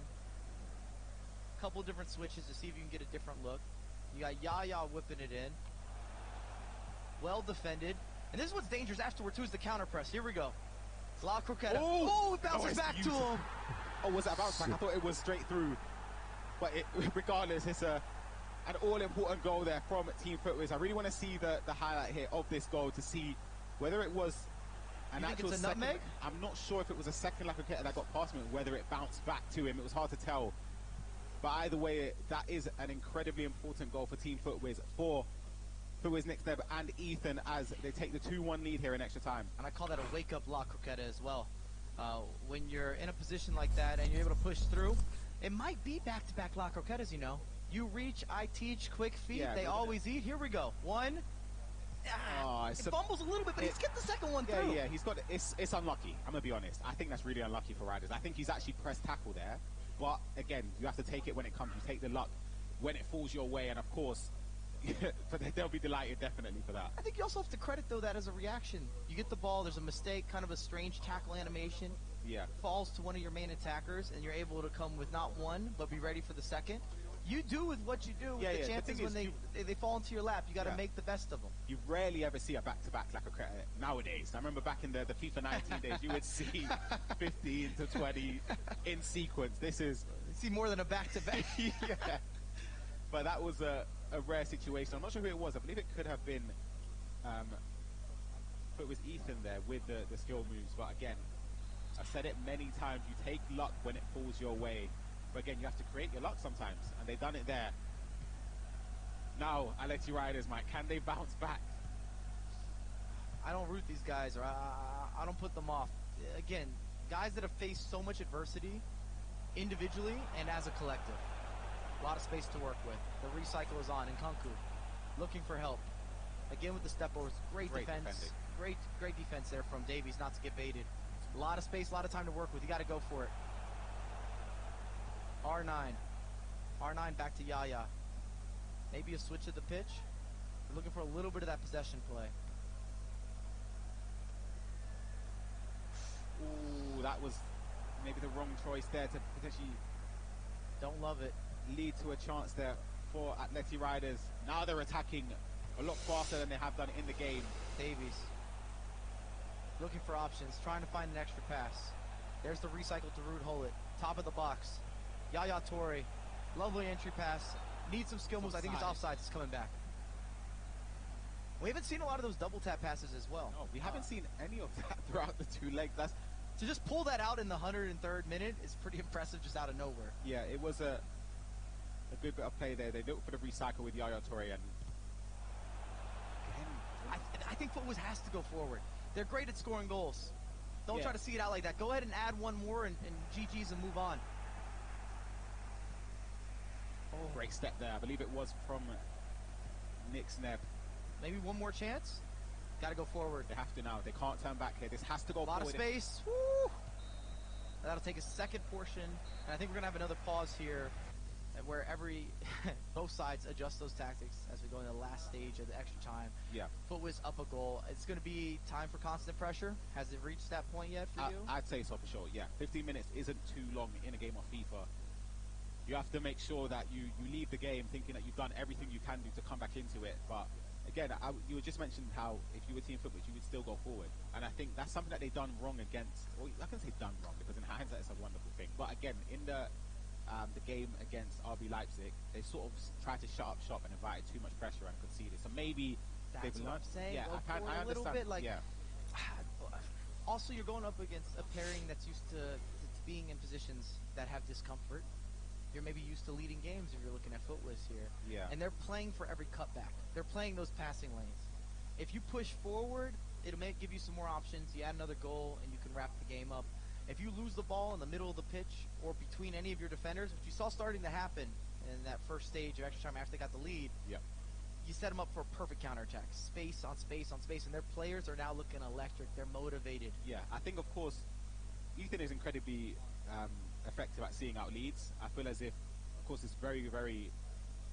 I was going to say, it's difficult to transition that to 2v2 where you're both on the same wavelength, but that's what separates the best teams, and that's why I think Footwiz are amongst the best 2v2 teams. I genuinely believe they are, and I've said that from week one. I remember speaking to you about it. I was saying, watch out for Team Footwiz, and I think they've learnt from their mistakes, and for their sake, hopefully they can see it out. But of course, for Atleti Riders' sake, they need a goal as soon as possible. We had that debate earlier today. The best type of partnership, is it having the maestro and then maybe more of the structured player, or is it better to have two structured guys? And we have this constant conversation with 2v2 because it's still relatively new. As we've got the game queued up, Davies on the ball again. Nothing's really changing here offensively. A lot of these switches of pitches, fantastic defending there. But can you get out of this position? That is the question. They do a great job with that. A lot of space to work with. Big switch of the pitch. Do you challenge them down the wings? Looking for the bring back. There it is. Mbappe. Interesting skill move choice. And a cancellation. Maybe doing a little bit too much? Yeah, I think he's gone... Well, I'm almost certain he's gone for a different skill move there. I think it would have been the I don't know exactly what it's called, but it's the different kill to kill. I was thinking maybe even a McGeady cancel, and he held the trigger. Here we go. A lot of space again. Mbappe, can you work with it? Fantastic timing from Virgil. Zidane, long distance. This is perfect. Hold it with Van der Sar. Yeah, you probably can't go short. That's the concern here. You almost have to send it deep. This is good, though, for Atleti Riders because they back themselves here to win possession, which they actually haven't done. I stand corrected. There's that McGeady spin. El Ryan looking for options. Finds options. Nkunku, here's the layoff. Goes back to Nkunku. And the clock's now becoming the biggest enemy if you're an Athletic Riders fan. Incredible step there. Again, I believe that's from Ethan stepping forward with Yaya Toure. And another great step there from Atleti Riders. I think that was Tuga there as well. Now they need to go forward. The last couple of minutes here, Mike. Can they get the equalizer? Vino's got space. He's looking for the pullback. Doesn't find it. Vieira, can he get it out? One more attack. Davies, out wide. Ronaldinho pulls it back. Mbappe, Elastico, cancellation. Oh my God, what a save, keeper. Incredible. Oh my gosh.